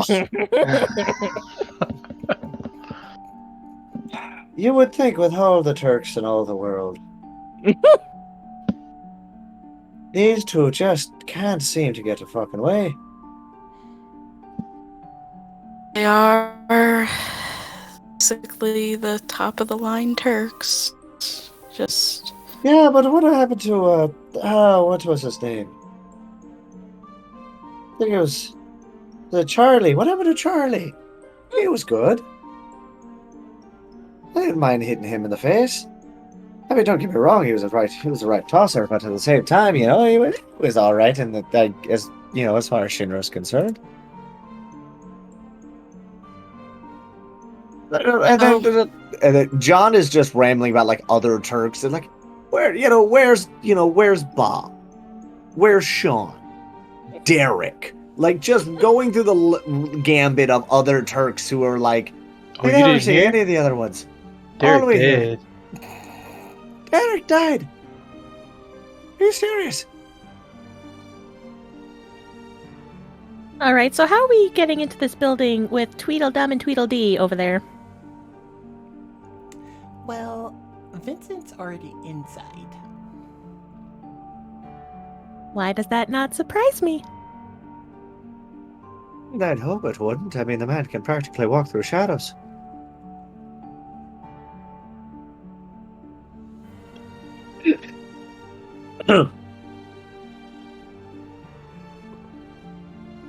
Well, I Why do mean, I- good, why do I good for feel like him, Mel- but what? I was like, why do I feel like Mel is just like about to wonder, like, would he die if I pushed him off? Would he die? See that same dark thought face on her face now. Yeah. John sees it too and is just grinning like an asshole. What are you smiling at? So is this a building across the way that we see? Yeah, more or less where the train stop would have put you, like, right in front of this Shinra building. Which is kind of why they wanted you to jump off beforehand, because... Yeah. Just so that I'm clear. The building they're in is the one that we're currently needing to get into. That's correct. Is that the floor we're looking for? Oh, Well, sorry. there's a couple of different entry points. You can go in through the vents, which are over there. And Laura, if you were to look through the binoculars where she's pointing, there would be like a kind of like a heads-up display that like sections in on that area and like blows it up a little bit so you can see better. There's also the front door, which I do not suggest. And not tested, but you could go through the roof. Although I'm not sure exactly the best way to get there. Without zip So, the vents, I guess, would probably be the more safer bet. Do you have a zip line? Bite says with wide eyes. Of course I have a zip line. Wait, you have a zip line? John kind of glances at him and like, well, I don't want to be the one to kind of have to drive home the fact that we might need this, but you know, I don't know how well I'd be fitting in any fence. Then Kinda- zip line it is! They say it like in sync, which is slightly scary and terrifying. A team jump. Zip line! John's just once again staring up at the building. I mean, just how dangerous is the front door? I don't actually. John doesn't actually say that, but it's debates Never it. go Debates into the it. front door. It worked well Oh. last time, They right? won't. As- They won't expect that. So, as much as I need to talk to Reno, I don't think now is the time to do it. Yeah, you're probably right. Yeah, he might have more questions about why the fuck you're out here and all that other things. I mean, if you were gonna have a chat with him, it should have been yesterday when at the mall. But again, I hate to get into your love life. He looks to It's see not if that good to gets a put off reaction. important conversations. Oh, we had a discussion about my love life the other night, if I recall. John just look. Yeah. Ooh, got him. Well, Glances at y'all Mel. are done gossiping. John And you just hear, John is now also debating, like, will Mel survive a fall from this height? You just hear as Yuffie fires the zip line over to the other building, and when it's secured, she like tugs on the line a little bit. Okay, it's ready. Ooh, me, Go me first! Me! I only have 2 clips, so you'll have to send them back. And she Or hands we them could over double to Mel up. and Bite. Oh yeah, I'm sending it. Bite like clips in and Mel clips in, jumps right after him. huh. For a second there, I would think they were the Turks. John just, like, is shaking his head. You see the differences. Going first is always a little bit of a risk, because, well, if anybody heard the loud noise of a grappling hook latching onto the side of the fucking building, they might come to fucking investigate the noise. And now, unfortunately You for them, they're let halfway Mel across the way. go first. Yuffie's It's like more of looking at it's you more of and, John like, would not have had the chance to get out of the way of the people that were just ripping at the things to go first. We are who we are. Yuffie's just like visibly yawning as John is trying to explain himself. As John is fully explaining why, like, yeah, I can go first, and I don't have a problem going first, but at the same time, they grabbed the fucking things and went. And finally, you hear two like clip clip as the clips come back. Thank goodness. And she hands them off to you, Lore, and John. Just remember, when y'all get in there, keep a low profile. Shouldn't have to say it, but just putting it out there. John gestures towards the grappling hook. So you're telling me this was a low profile? I mean, He just hits those it two and didn't goes get before caught. she answers. He hits it before she answers. See how she likes it when people don't listen to him. As he's like zipping along the way, just like he's like, "This isn't a real victory, but in my mind, it's a victory." We'll send the clips back. When you both arrive over, you send the clips back, and Wait, can I not send my clip back? if you want. I'm keeping mine back. I'm keeping mine where we were. Do you have a grappling hook? What is she detaching the grappling hook? No, but like it's going downward slopey. It's not like our battery-powered grappling hook. It's like a one-way type deal. But then how the hell did we send it back? With our amazing throwing strength. Oh bullshit! Now all of a sudden, now it's game breaking. But sending, okay, whatever. Yeah, I send it back. We send it back with the magic of DM, It's but got me saving it there. magnets in it. Magnets. Mhm. Are we really about to go with how do magnets work right now? Is that the whatever? Reverse we're moving polarity. There you Moving go. on. Reverse polarity. How many other comic book fucking phrases you gonna throw in right now? Oh yeah, let me throw some side. Yes, Get sent the clips back. Okay, you're on top of the roof. Quantum magnetism. Gosh, it's not even that difficult. Anyway, So we're on the roof. yeah, we're on the roof. Mel's gonna look for a way inside the building on the roof. There's a vent. John? There's a large door, and then there's like the fire escape stairwell. Is there a window on the door? No, it's just like a door, just with a door handle. John would like to check the door to see if it's locked. It is locked. Step aside, step aside. John moves it out of the way. What do I roll to hack this thing or unlock it? That's what I meant. Do a sleight of hand check.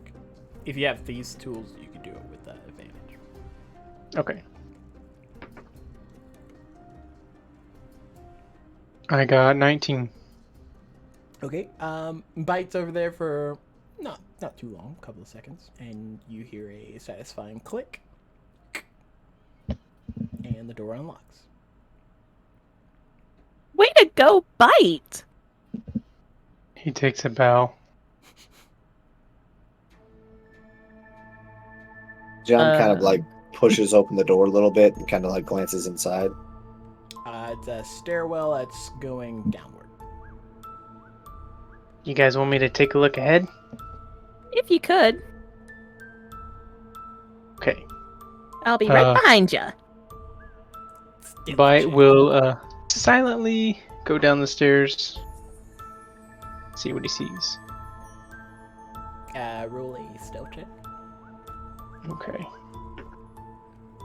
And I'm following behind him. Should I roll I too? got a dirty 20. Okay. Yeah, you should too as well. No.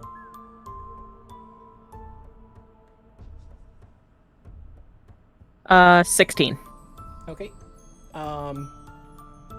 Bite kind of like makes his way down some of the flights relatively fast. Mel, you're trying to keep up, but also, you know, not draw attention to yourself.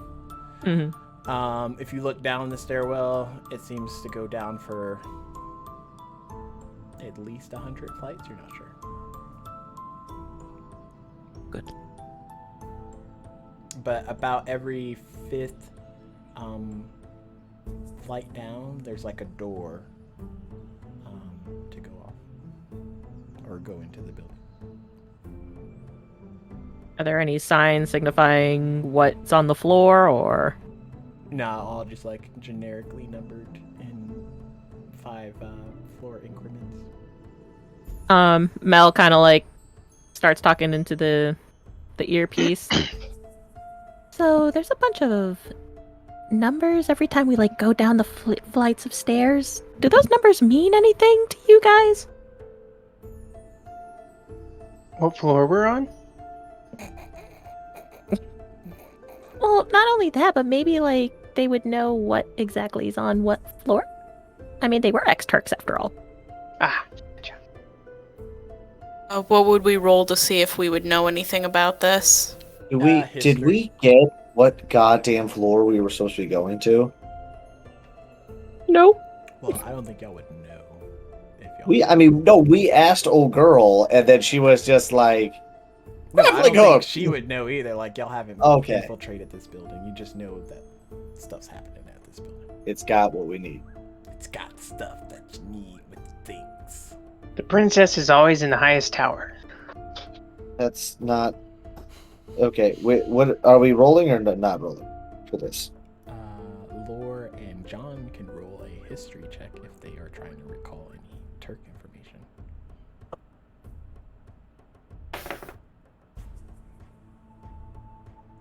History? Yes. I don't know why I even bother like clarifying. It's probably a -1 and everything. That'll be a 7. Okay. 13.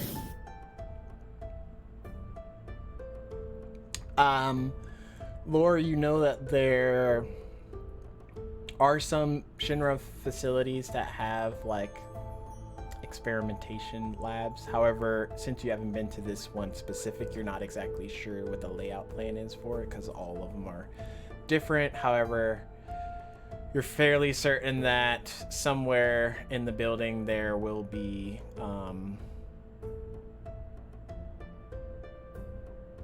like the specimen floor in question that you're all looking for. I'm not really sure which floor it would be, but there's got to be a floor somewhere on here that would have the experiments. All right, well, Bite, I guess we're gonna have to look for a computer and see if we can hack our way in. Sounds I feel like good. I feel like it'd either be at the highest floor or the lowest floor. You know what I mean? Yeah, Like but you're I either gonna really put don't that in like the top or at the very bottom. Yeah, but I We're at really the don't want top, to so waste. let's... I don't want to waste any more time than we have to, because I really don't want to look through every single floor. We find a PC that tells us where everything is. There we Yeah, go. so let's take a look through the top floor then. John. Either I way, want- we gotta start at the top floor, so let's go there. All right. Make a perception check, you two. who's you two? Bite and Male. Oh no, my dice! I rolled a 1. Not 20! I have a skill though that's lucky. I get to reroll ones. Okay. Not that it matters 'cause she got 20, but okay, I got 19 now. Okay, that's also good. So you notice off in the corner of one of the flights that y'all are on that there is a camera that's like rotating.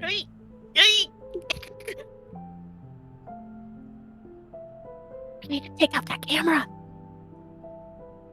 Okay, DM question for you. Mm-hmm. My manipulate materia.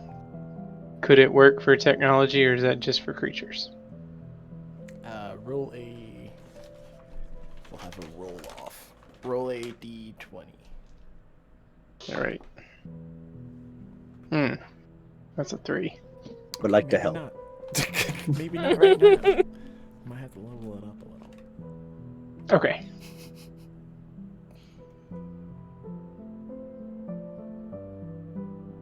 Well, there goes my idea. Actually, all of y'all roll a straight d20 roll.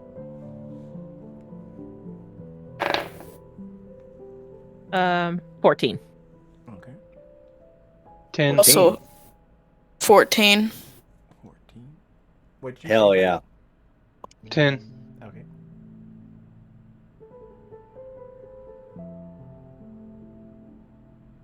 What'd you get, John? Yeah. 14. Oh gosh. Who's got the higher dex? Me. I have a +2 to Dex. +3. I have Alright. a +3 to Dex also. What's your My actual dexterity's numbers? my dexterity is a 16. My dexterity is also a 16. Son of a bitch. Okay, you two have My my strength is a +3. you Ha! two have a roll off. Laura has cargo pants. Ha. John has cargo pants. Get the fuck out of here. And she's in a suit. You don't wear cargo pants with suits. Technically, Lore wears suit pants and a tank top. Exactly. Therefore, I have more pockets. Anyway, what do we roll? You Just two another should be D20? rolling another d20. All right. Nat 20. 13. Okay. I don't know what I won there, and I don't know if I wanted to win that. You die first. Probably. John's resilient. Ish. Yeah, tell that to Rude. Fucking rude. I don't hate girls, you sexist. Says the guy that just let two ladies go up off flights of stairs multiple times in a row, jump off multiple things. Like Yeah, letting them trains. go first. Yeah, letting them go first. How dare he? How dare he, like, make sure that, like, no crazy bullshit happens from the backside. Yeah, how dare he? How dare he cover their exit? How dare he? But punching a woman, totally different. That's okay. Totally punching him right in the boob. Just totally fine. Wait a minute, are we talking shit on me for punching somebody in the boob? And did I punch somebody in the boob?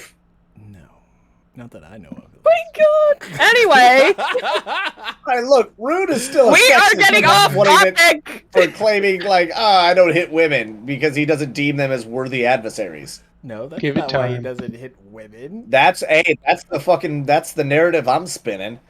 I mean, He doesn't you could deem spin them as whatever worthy, therefore he narrative you doesn't wanna want. fight. He doesn't talk to women because he's bashful, not because he like doesn't. He wanna thinks he's better bash than women. them. That's all it is. He thinks he's better than Anyways. women. You're just lowering John's rating on the on the fan pool. You're On the like, DM "Boo, pool, I think is what you're John! saying. He doesn't like Rude. Who doesn't like Rude? That's so rude to not like People who don't like getting fucking punched in the back of the head because he's a male character. I mean, Anyway, Cloud didn't have anything what are to we- say about it. Okay, Because Cloud does. I don't know Fuck what are y'all off. doing. Y'all are Anyway, just walking around. Y'all see you told the cameras. me you two, had us and then- roll. yeah, it's a surprise roll. Oh, for fuck's sake. Okay, well, John's gonna start making his way down since they're like, we're gonna start making our way into the building. Okay, stealth check.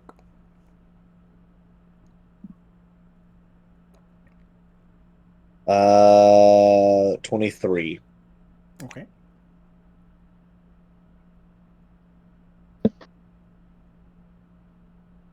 So John is going to slip around.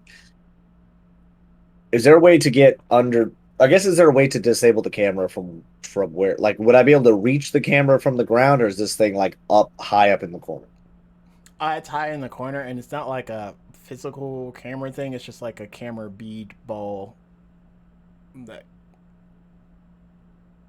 you know, scans the perimeter of their area. It's not like one of those, like, you know, rotating cameras. It's an all-seeing orb. Yes. The Orb of Doom. So there's two ways.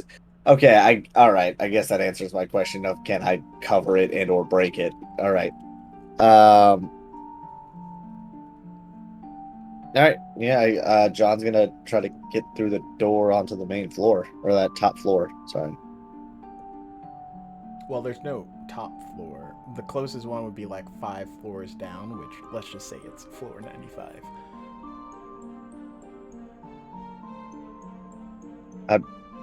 Wait. What? There's no top floor door. There's like no 100th level door to go through if you're tracking. That seems like a huge health hazard. John. So before John, as John is having to work his way further down, he kind of like talks to the earpiece. Laura, are you still on the roof, or did you start making your way inside yet? I'm inside. Are you still up near the top, near the roof? I'm on my way down. Wait, before you get too crazy, before you get too far down, can you see if there's a way in through the fire escapes? I can check. Because it seems like we're having to go down a few floors just to get inside here, and we're kind of passing a few of these things. Which kind of makes me feel like there should be something up here. Alright, let me check. Alright. And she's gonna go check the fire escape. Okay, make a dexterity save. Lower. Okay.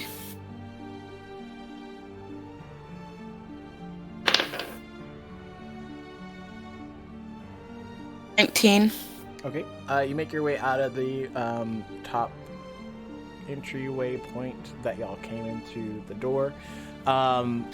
And out of your own command, you feel the door just like quickly latch close. You're able to move out of the way in time, but it is locked again.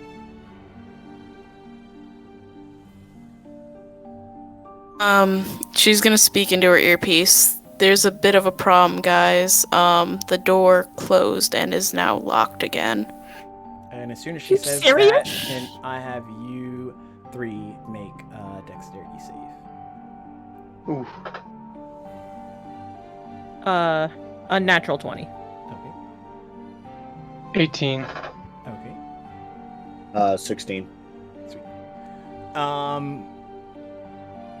You all feel as the stairs below you kind of like flap down and it turns into like a ramp. You're able to steer yourselves to the bottom of the stairwells.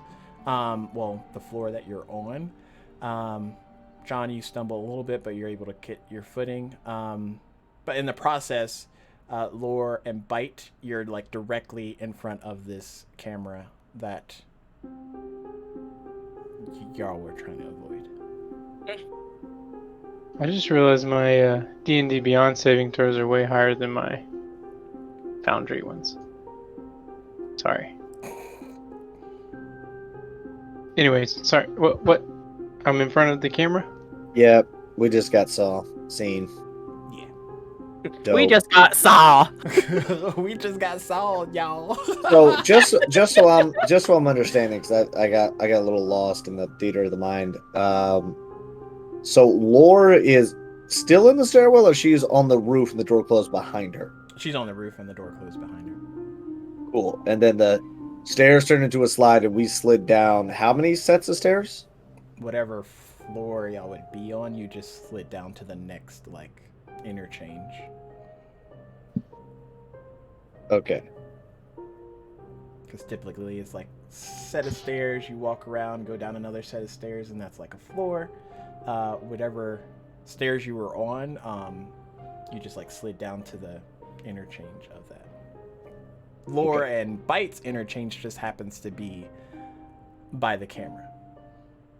Got it.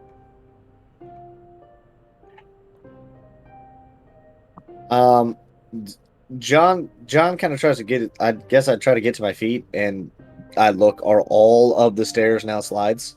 Yeah.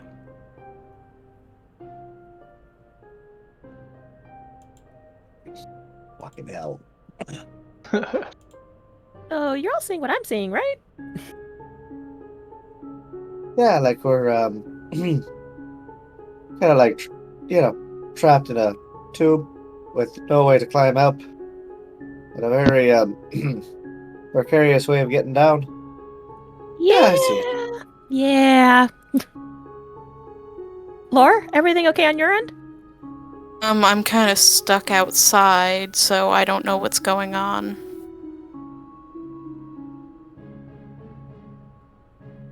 Is there a way for you to pick the lock again? Can try to pick it, but I don't really have any tools to do that. How far down are we from the door?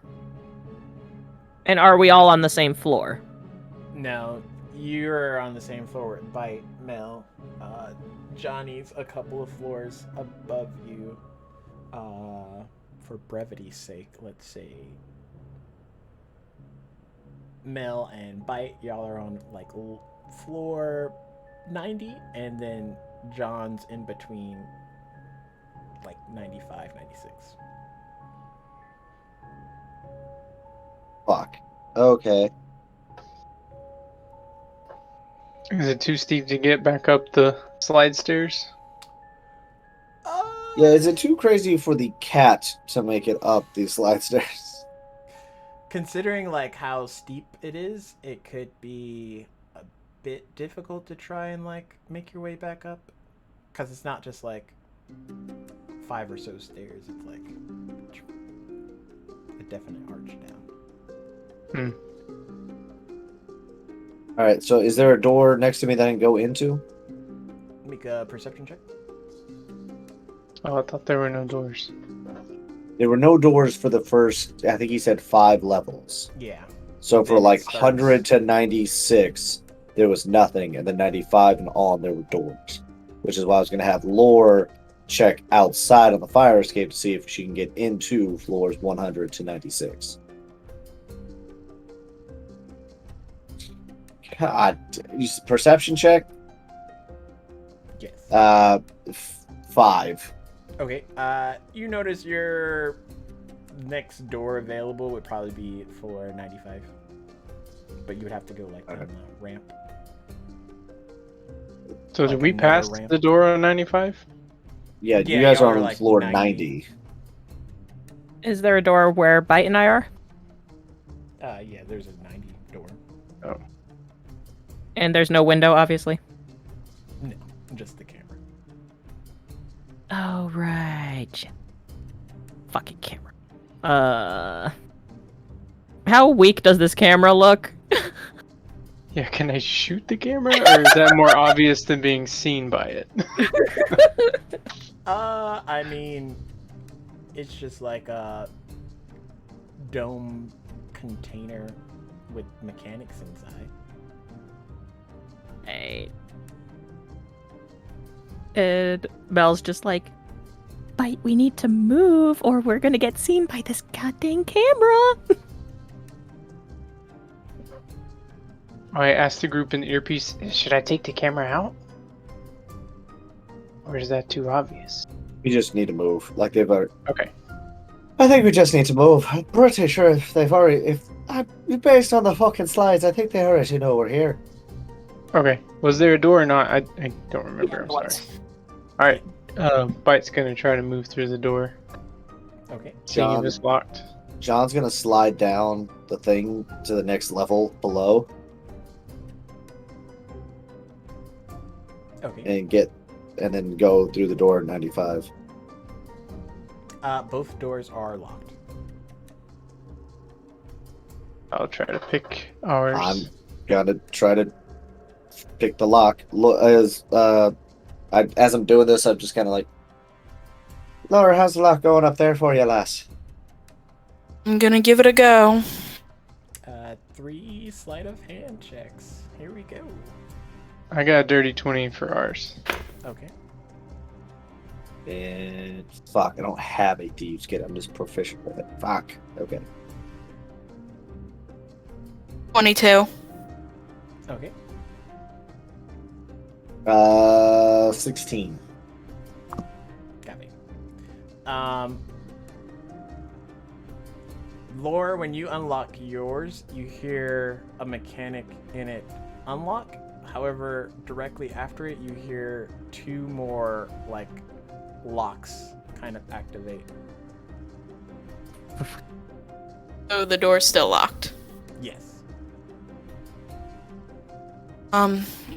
Guys, I don't think I can get back in here. As soon as I unlocked it, more locks. Well, you could try the fire escape, right? I'm gonna have to.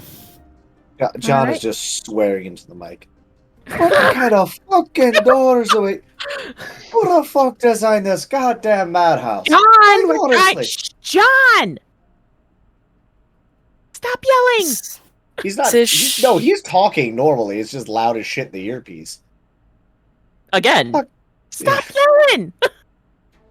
This is Shinra we're talking about. I understand it's fucking genre, but like, let's be real. These are supposed to be normal fucking buildings and normal everyday people fucking work in. And not like, who the fuck? Like, did they like contract that fucking arcade builder guy, the one who always does the death stuff? Watch more Final Fantasies. Fucking sliding goddamn stairs and double up fucking You doors. should not be surprised by any of this. No, it's more of in our own building we have this for a thing that looks like it's supposed to be a way to get out.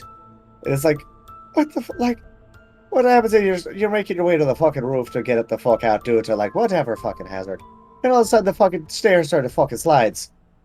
Like what the shit? All exits are also entrances. Jesus Christ. Laura's gonna head to the fire escape because she really doesn't have any other options at this point. Okay. Bite, you are able to unlock the door on floor 90. You get it? Got it. All right. And then, John, I need you to make a Constitution save. Okay. 16. Okay. You feel as this electrical static kind of erupts from the part of the door that you are unlocking. It unlocks, however, you are hit with that static jolt, and you take...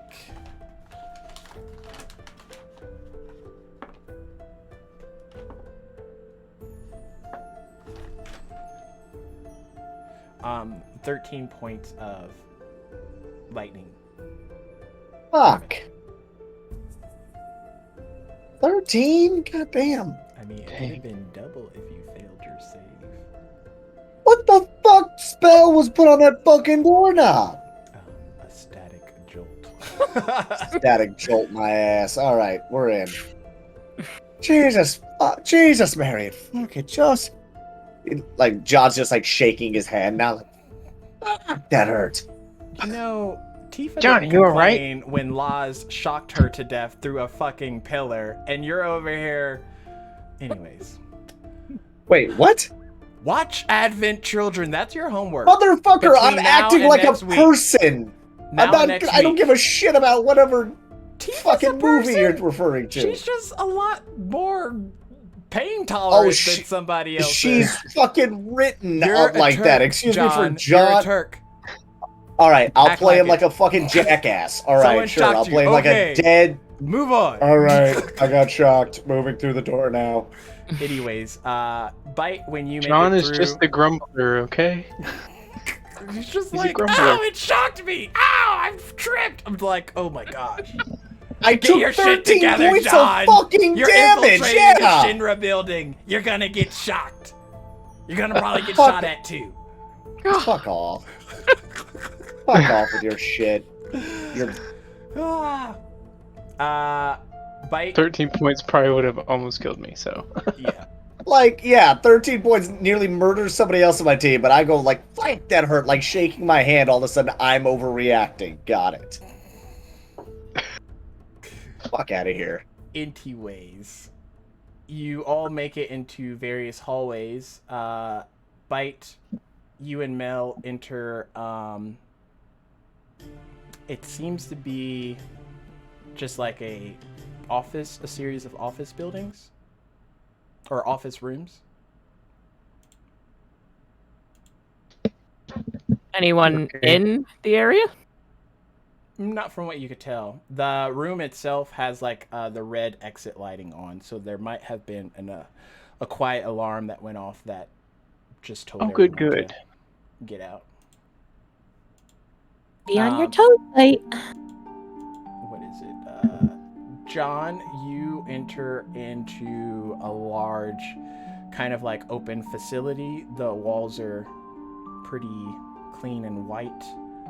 As you look around, you don't see anyone either. However, there are large window passages down the hall that have like different scientific equipment and things of that nature just nestled throughout each of the rooms. I'm talking to the earpiece. Well, I don't know about you lot, but I think I'm on the science floor here on 95. Yep, just a bunch of offices on this floor.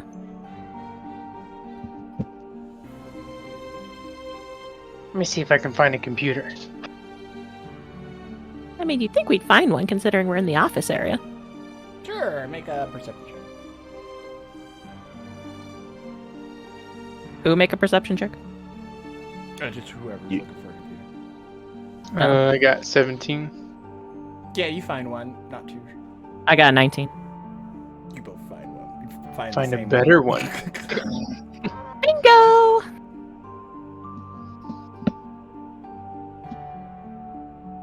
Lore, as you come down the fire escape, you notice roughly on 95 there is a kind of like plated window right off the railings. There's no way for me to get in through that, is there? Do a investigation check.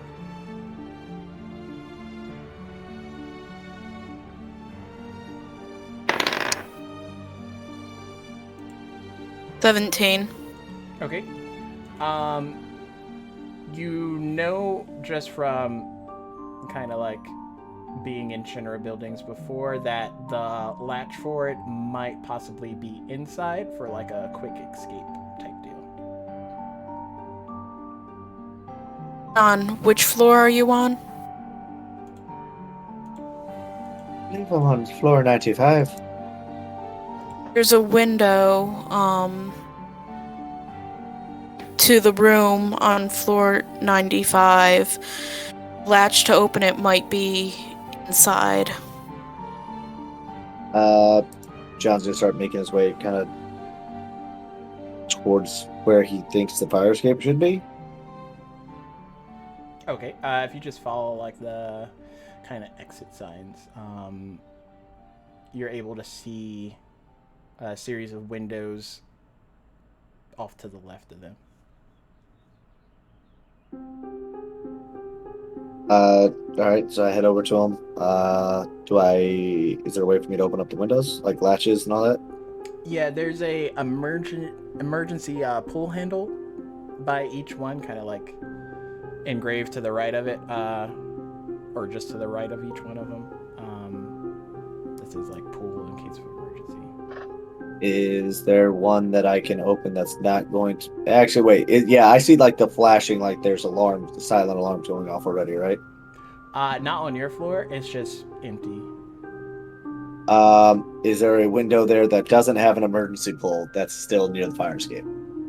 No, the mechanics for them are all kind of like the same thing. Fuck it, pulling it. Okay, you pull on it, the window pops open on your side, Lore, and nothing happens. Okay. Laura's gonna see if she can climb in through this window. Okay. John's gonna... I'd like to help. Roll athletics check with advantage, Lore. Alright.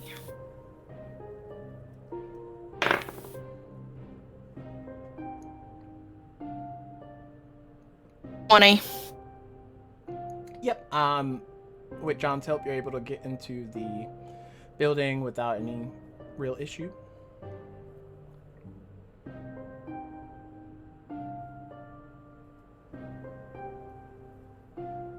Man, seems this is already turned out to be a great thing. Sure they're already aware that we're here.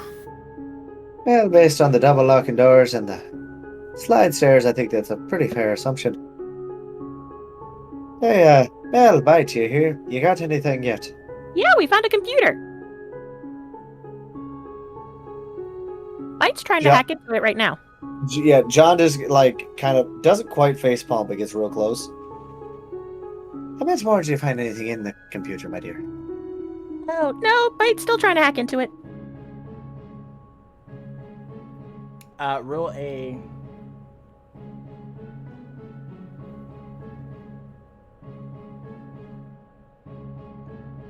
sleight of hand check, Bite. Yeah. John just looks at Lore. Do you find it a little odd that the thing that's always trying to hack into stuff is the thing without fingers? 15. A little bit. He's just happy to tap on it with paws all the time. I get it, it works, but at the same time, I feel like there's a faster way. I feel like Mel would be able to type a bit faster.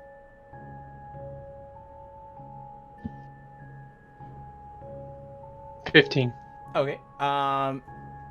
Doesn't take you long before you are able to bring up blueprints of the building that you are in.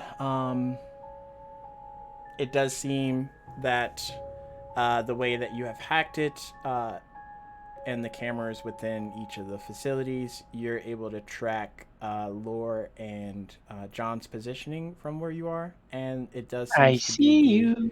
the level that has all of the top secret research stuff. What level? The where they're at? Yeah, the 95 level. Okay.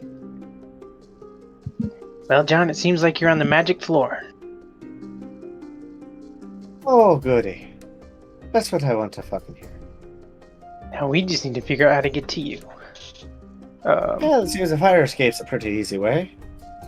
I'm gonna keep looking to see if there's anything about that floor, like a certain room that we need to get to.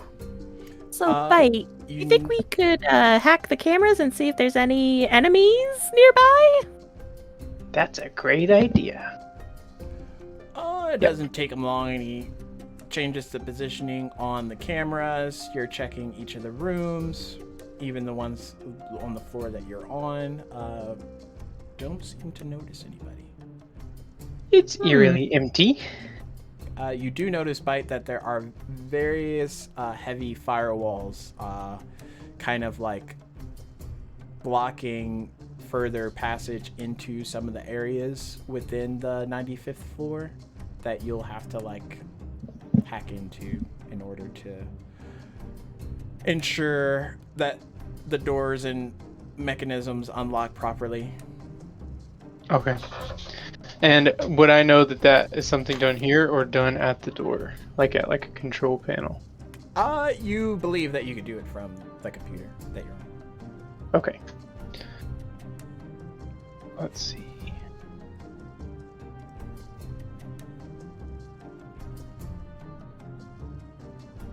Sorry, I had a feature that I was trying to find.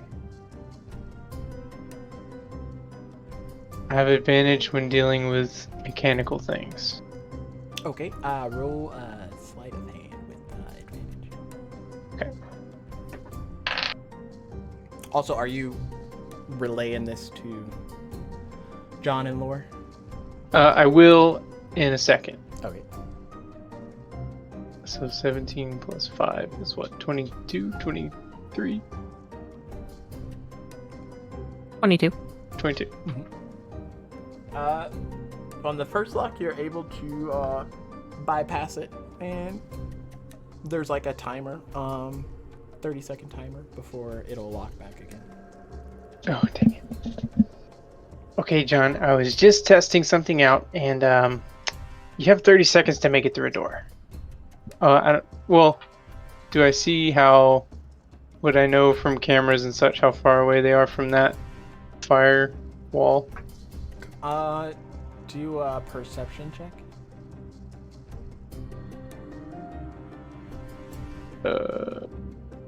19. Okay. You're able to tell that it's just down the hall and to the left, like their second left from their position. And then it'll be the first door on the right. Okay. Go down the hall, second left, first door on the right. You have 30 seconds. Alright. Where's moving? Yeah, John, like, fuck. Oh, Jesus. Acrobatics or athletics checks for you two, whichever's better. Oof. Actually, I don't say that. 16. Okay. 19. Okay. Y'all are running for a bit, kind of like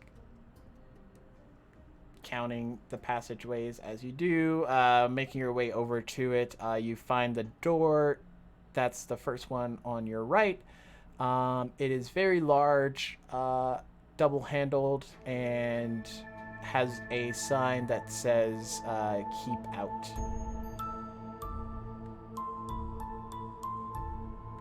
Keep out means go in. I guess we go through the door. Okay.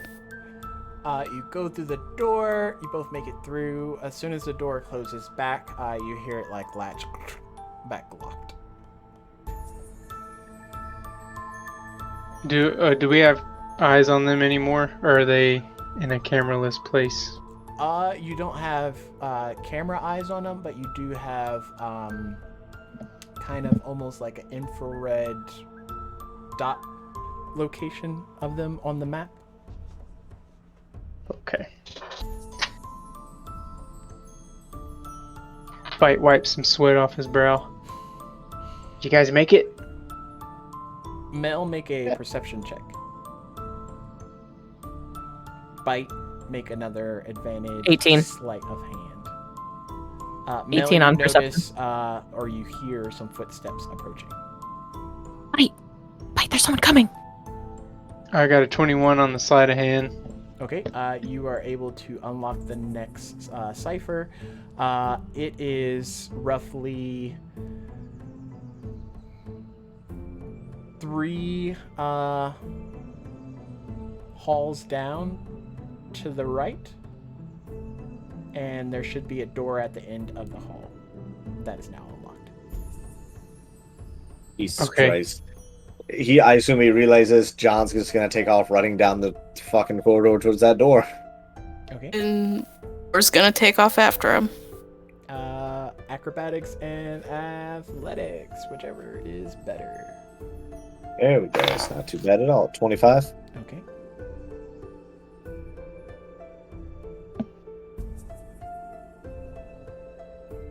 Teen. Okay. John's like processing the information a little bit quicker. He makes it to the door, opens it, and Lore is kind of right behind you. And you both make it through.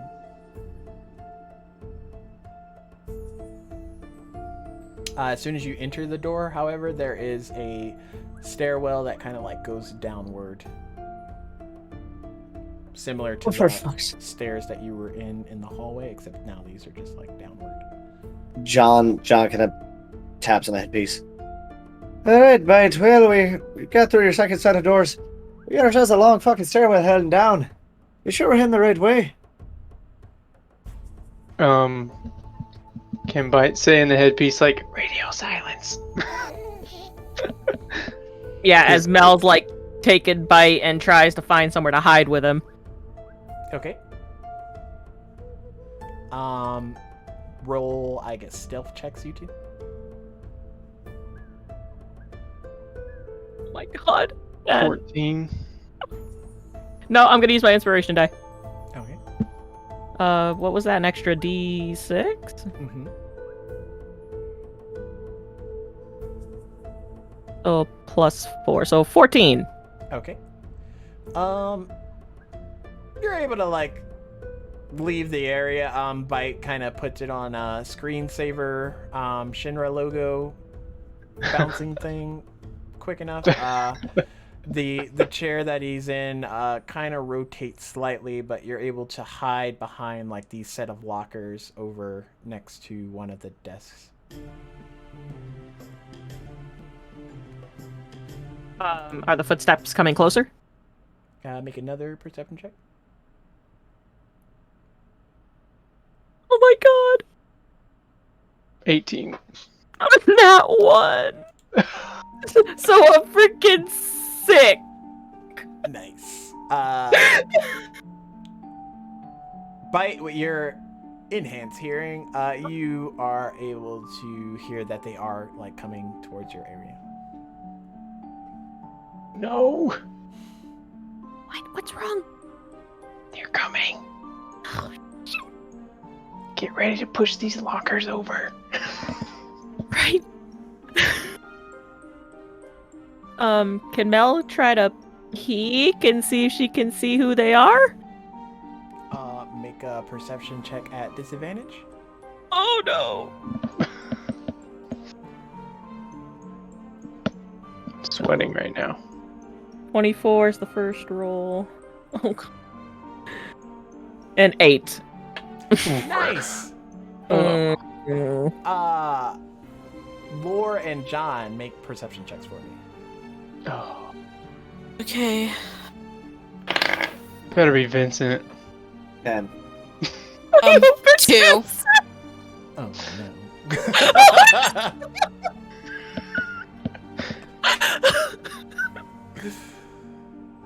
Okay. My luck had to run out eventually. Yep. Oh shit! Speaking of luck, we don't actually. You know, we're getting close to the ending. Yeah, I'm gonna burn my luck die and re-roll that. Okay. I'm going to 2. Okay. Nat 20. Sweet. 1. Oh no! Oh. Nat 20 for a total of 19. And what did Lore get? I got a 1 and I have a -1 on perception, so a 0. Oh my god! Oh my god! That's why we don't run first into places. This is why. So John, because of what happened to you earlier in the hallway, you look back as the door behind you closes and you see a similar arc of electricity kind of like leaping out at you and Lore. I need you both to make Constitution saves. Lore, you're at disadvantage, and John, you're at advantage. Alright. Oh boy.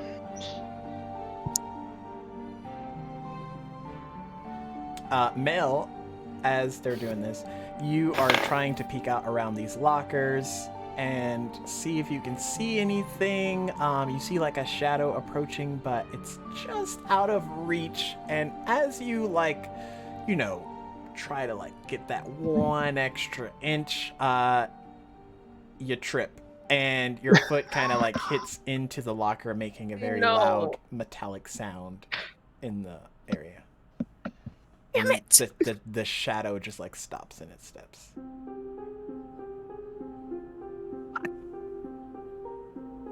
Got a 12 on my Constitution. Okay.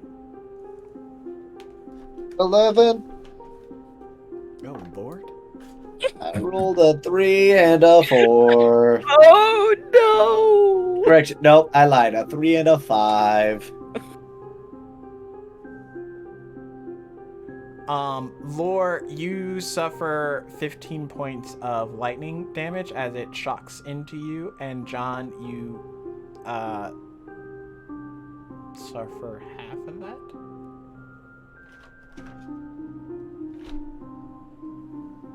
Wait, what? Wait, you rolled a 3 and a 5, you said? Yeah, I rolled it. I got an 11 overall. She got a 12. Oh, okay. Switch that. Yeah, I was gonna say, how the hell do I take less? So how much damage am I taking? Half of 13. So, math is hard. 7 points of lightning. John, once again, is just getting shocked. It's just like, he's biting his lip, but he's shaking the fuck out of his hand. Like,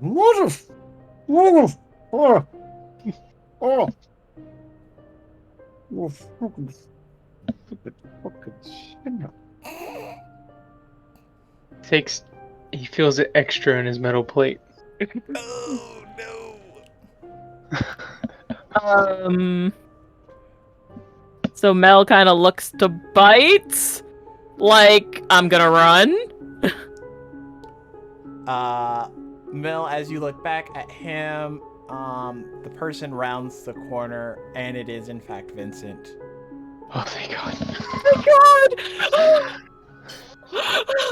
And Mel's just like, oh my God, I'm so happy to see you. Yeah, Bite would probably yelp. Yeah. Oh, Vincent, it's just you.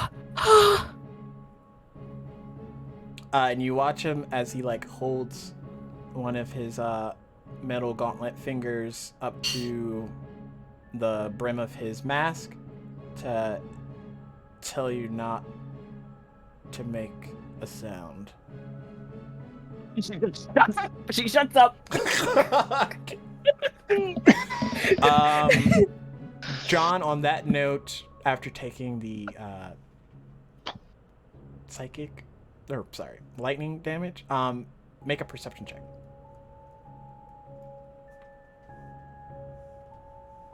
that is a 17. Okay. You like wince off the sparks that are just like radiating in your head right now. And you look down the stairs and you see 18, and she's like beckoning you and Laura to come down the stairs. John is getting real like vibes from this, but at the same time they can't go back. He glances over at Lord. Just he's breathing pretty heavily, like still shaking, like trying to get the that tingling feeling out of his hand. So, Laura, you remember the 18 lady? Yes, I remember you talking about her. You don't happen to see her at the bottom of the stairs, do you? And Laura's gonna look. Laura just sees stairs. I just see stairs. Yeah. Okay. Well, she's there. And she's kind of beckoning us down the stairs.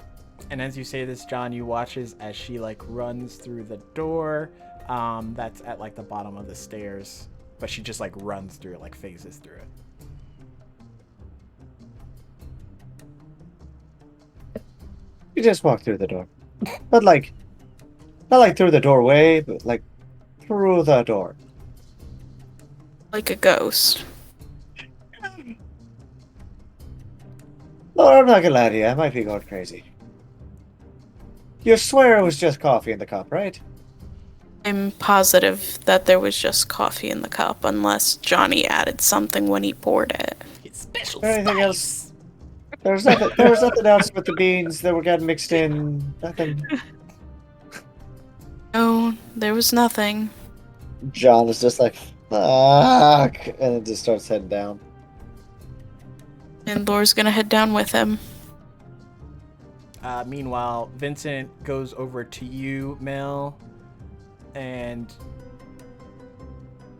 looks over, sees Bite, and then his cloak kind of like animates, and the crimson just like engulfs the two of you, and you turn into what can only be described as like liquid shadow, and kind of like melts into the ground as the shadow escapes across the floor and makes its way out of that area. So cool. John and Laura, you make your way down the stairs and you see a door. It appears to be locked.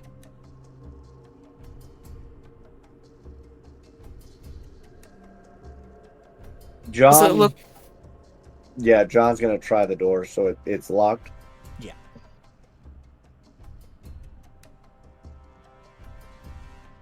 Make a strength saving throw, John.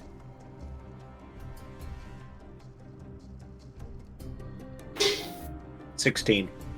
Okay.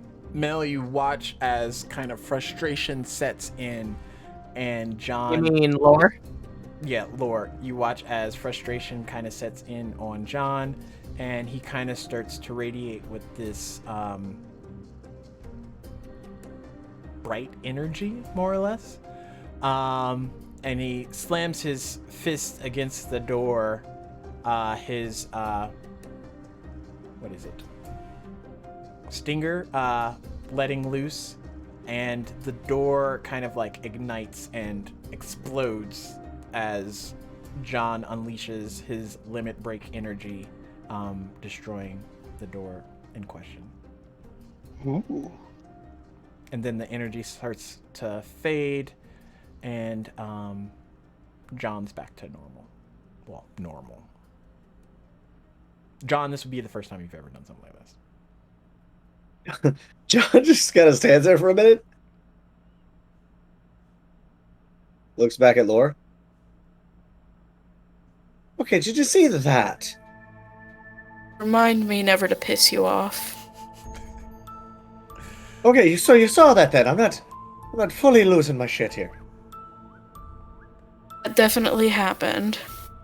As you two enter, make perception checks for me. 6. 1. Oh my god. Oh, for fuck's sake. God. I'm making Batman next time we make characters. I'm So just gonna make you Batman. Enter and John, you're kind of like looking to see if you can see any signs of 18. However, it doesn't seem to be fruitful. The room's pretty dark. And out of the darkness manifest Mel, Bite, and Vincent as they appear behind you, apparently, because, you know, those low rolls. And as soon as that happens, the lights turn on in this room, and what you see before you is, like, unimaginable. So, as they appear behind me, can I take a swing? No. Okay. The lights turn on, and in front of you is a very large container, and in this container is a human. And I need everyone to make a history check. Ooh. 19 for bite. Okay. 19 12. Okay. 15 for lore. 15 for John. Lord John, Bite, you would all recognize this woman to be Aerith Gainsborough, the dead ancient of the past. And that's where we're going to end it, ladies and gents. Oh my god! That was a good one.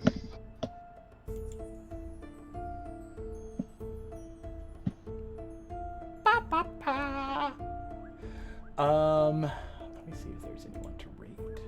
Is there anyone on?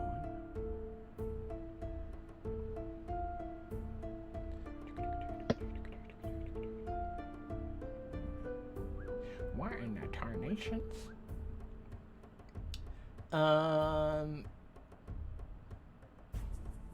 Yeah, why not? We'll rate Reaps. The Reaper. Reaper's past. But tune in next time for the next episode of Oh, he's playing Legends of Zelda, The Wind Waker. Stop in, say hi to Reaps, and we will catch you all the next time.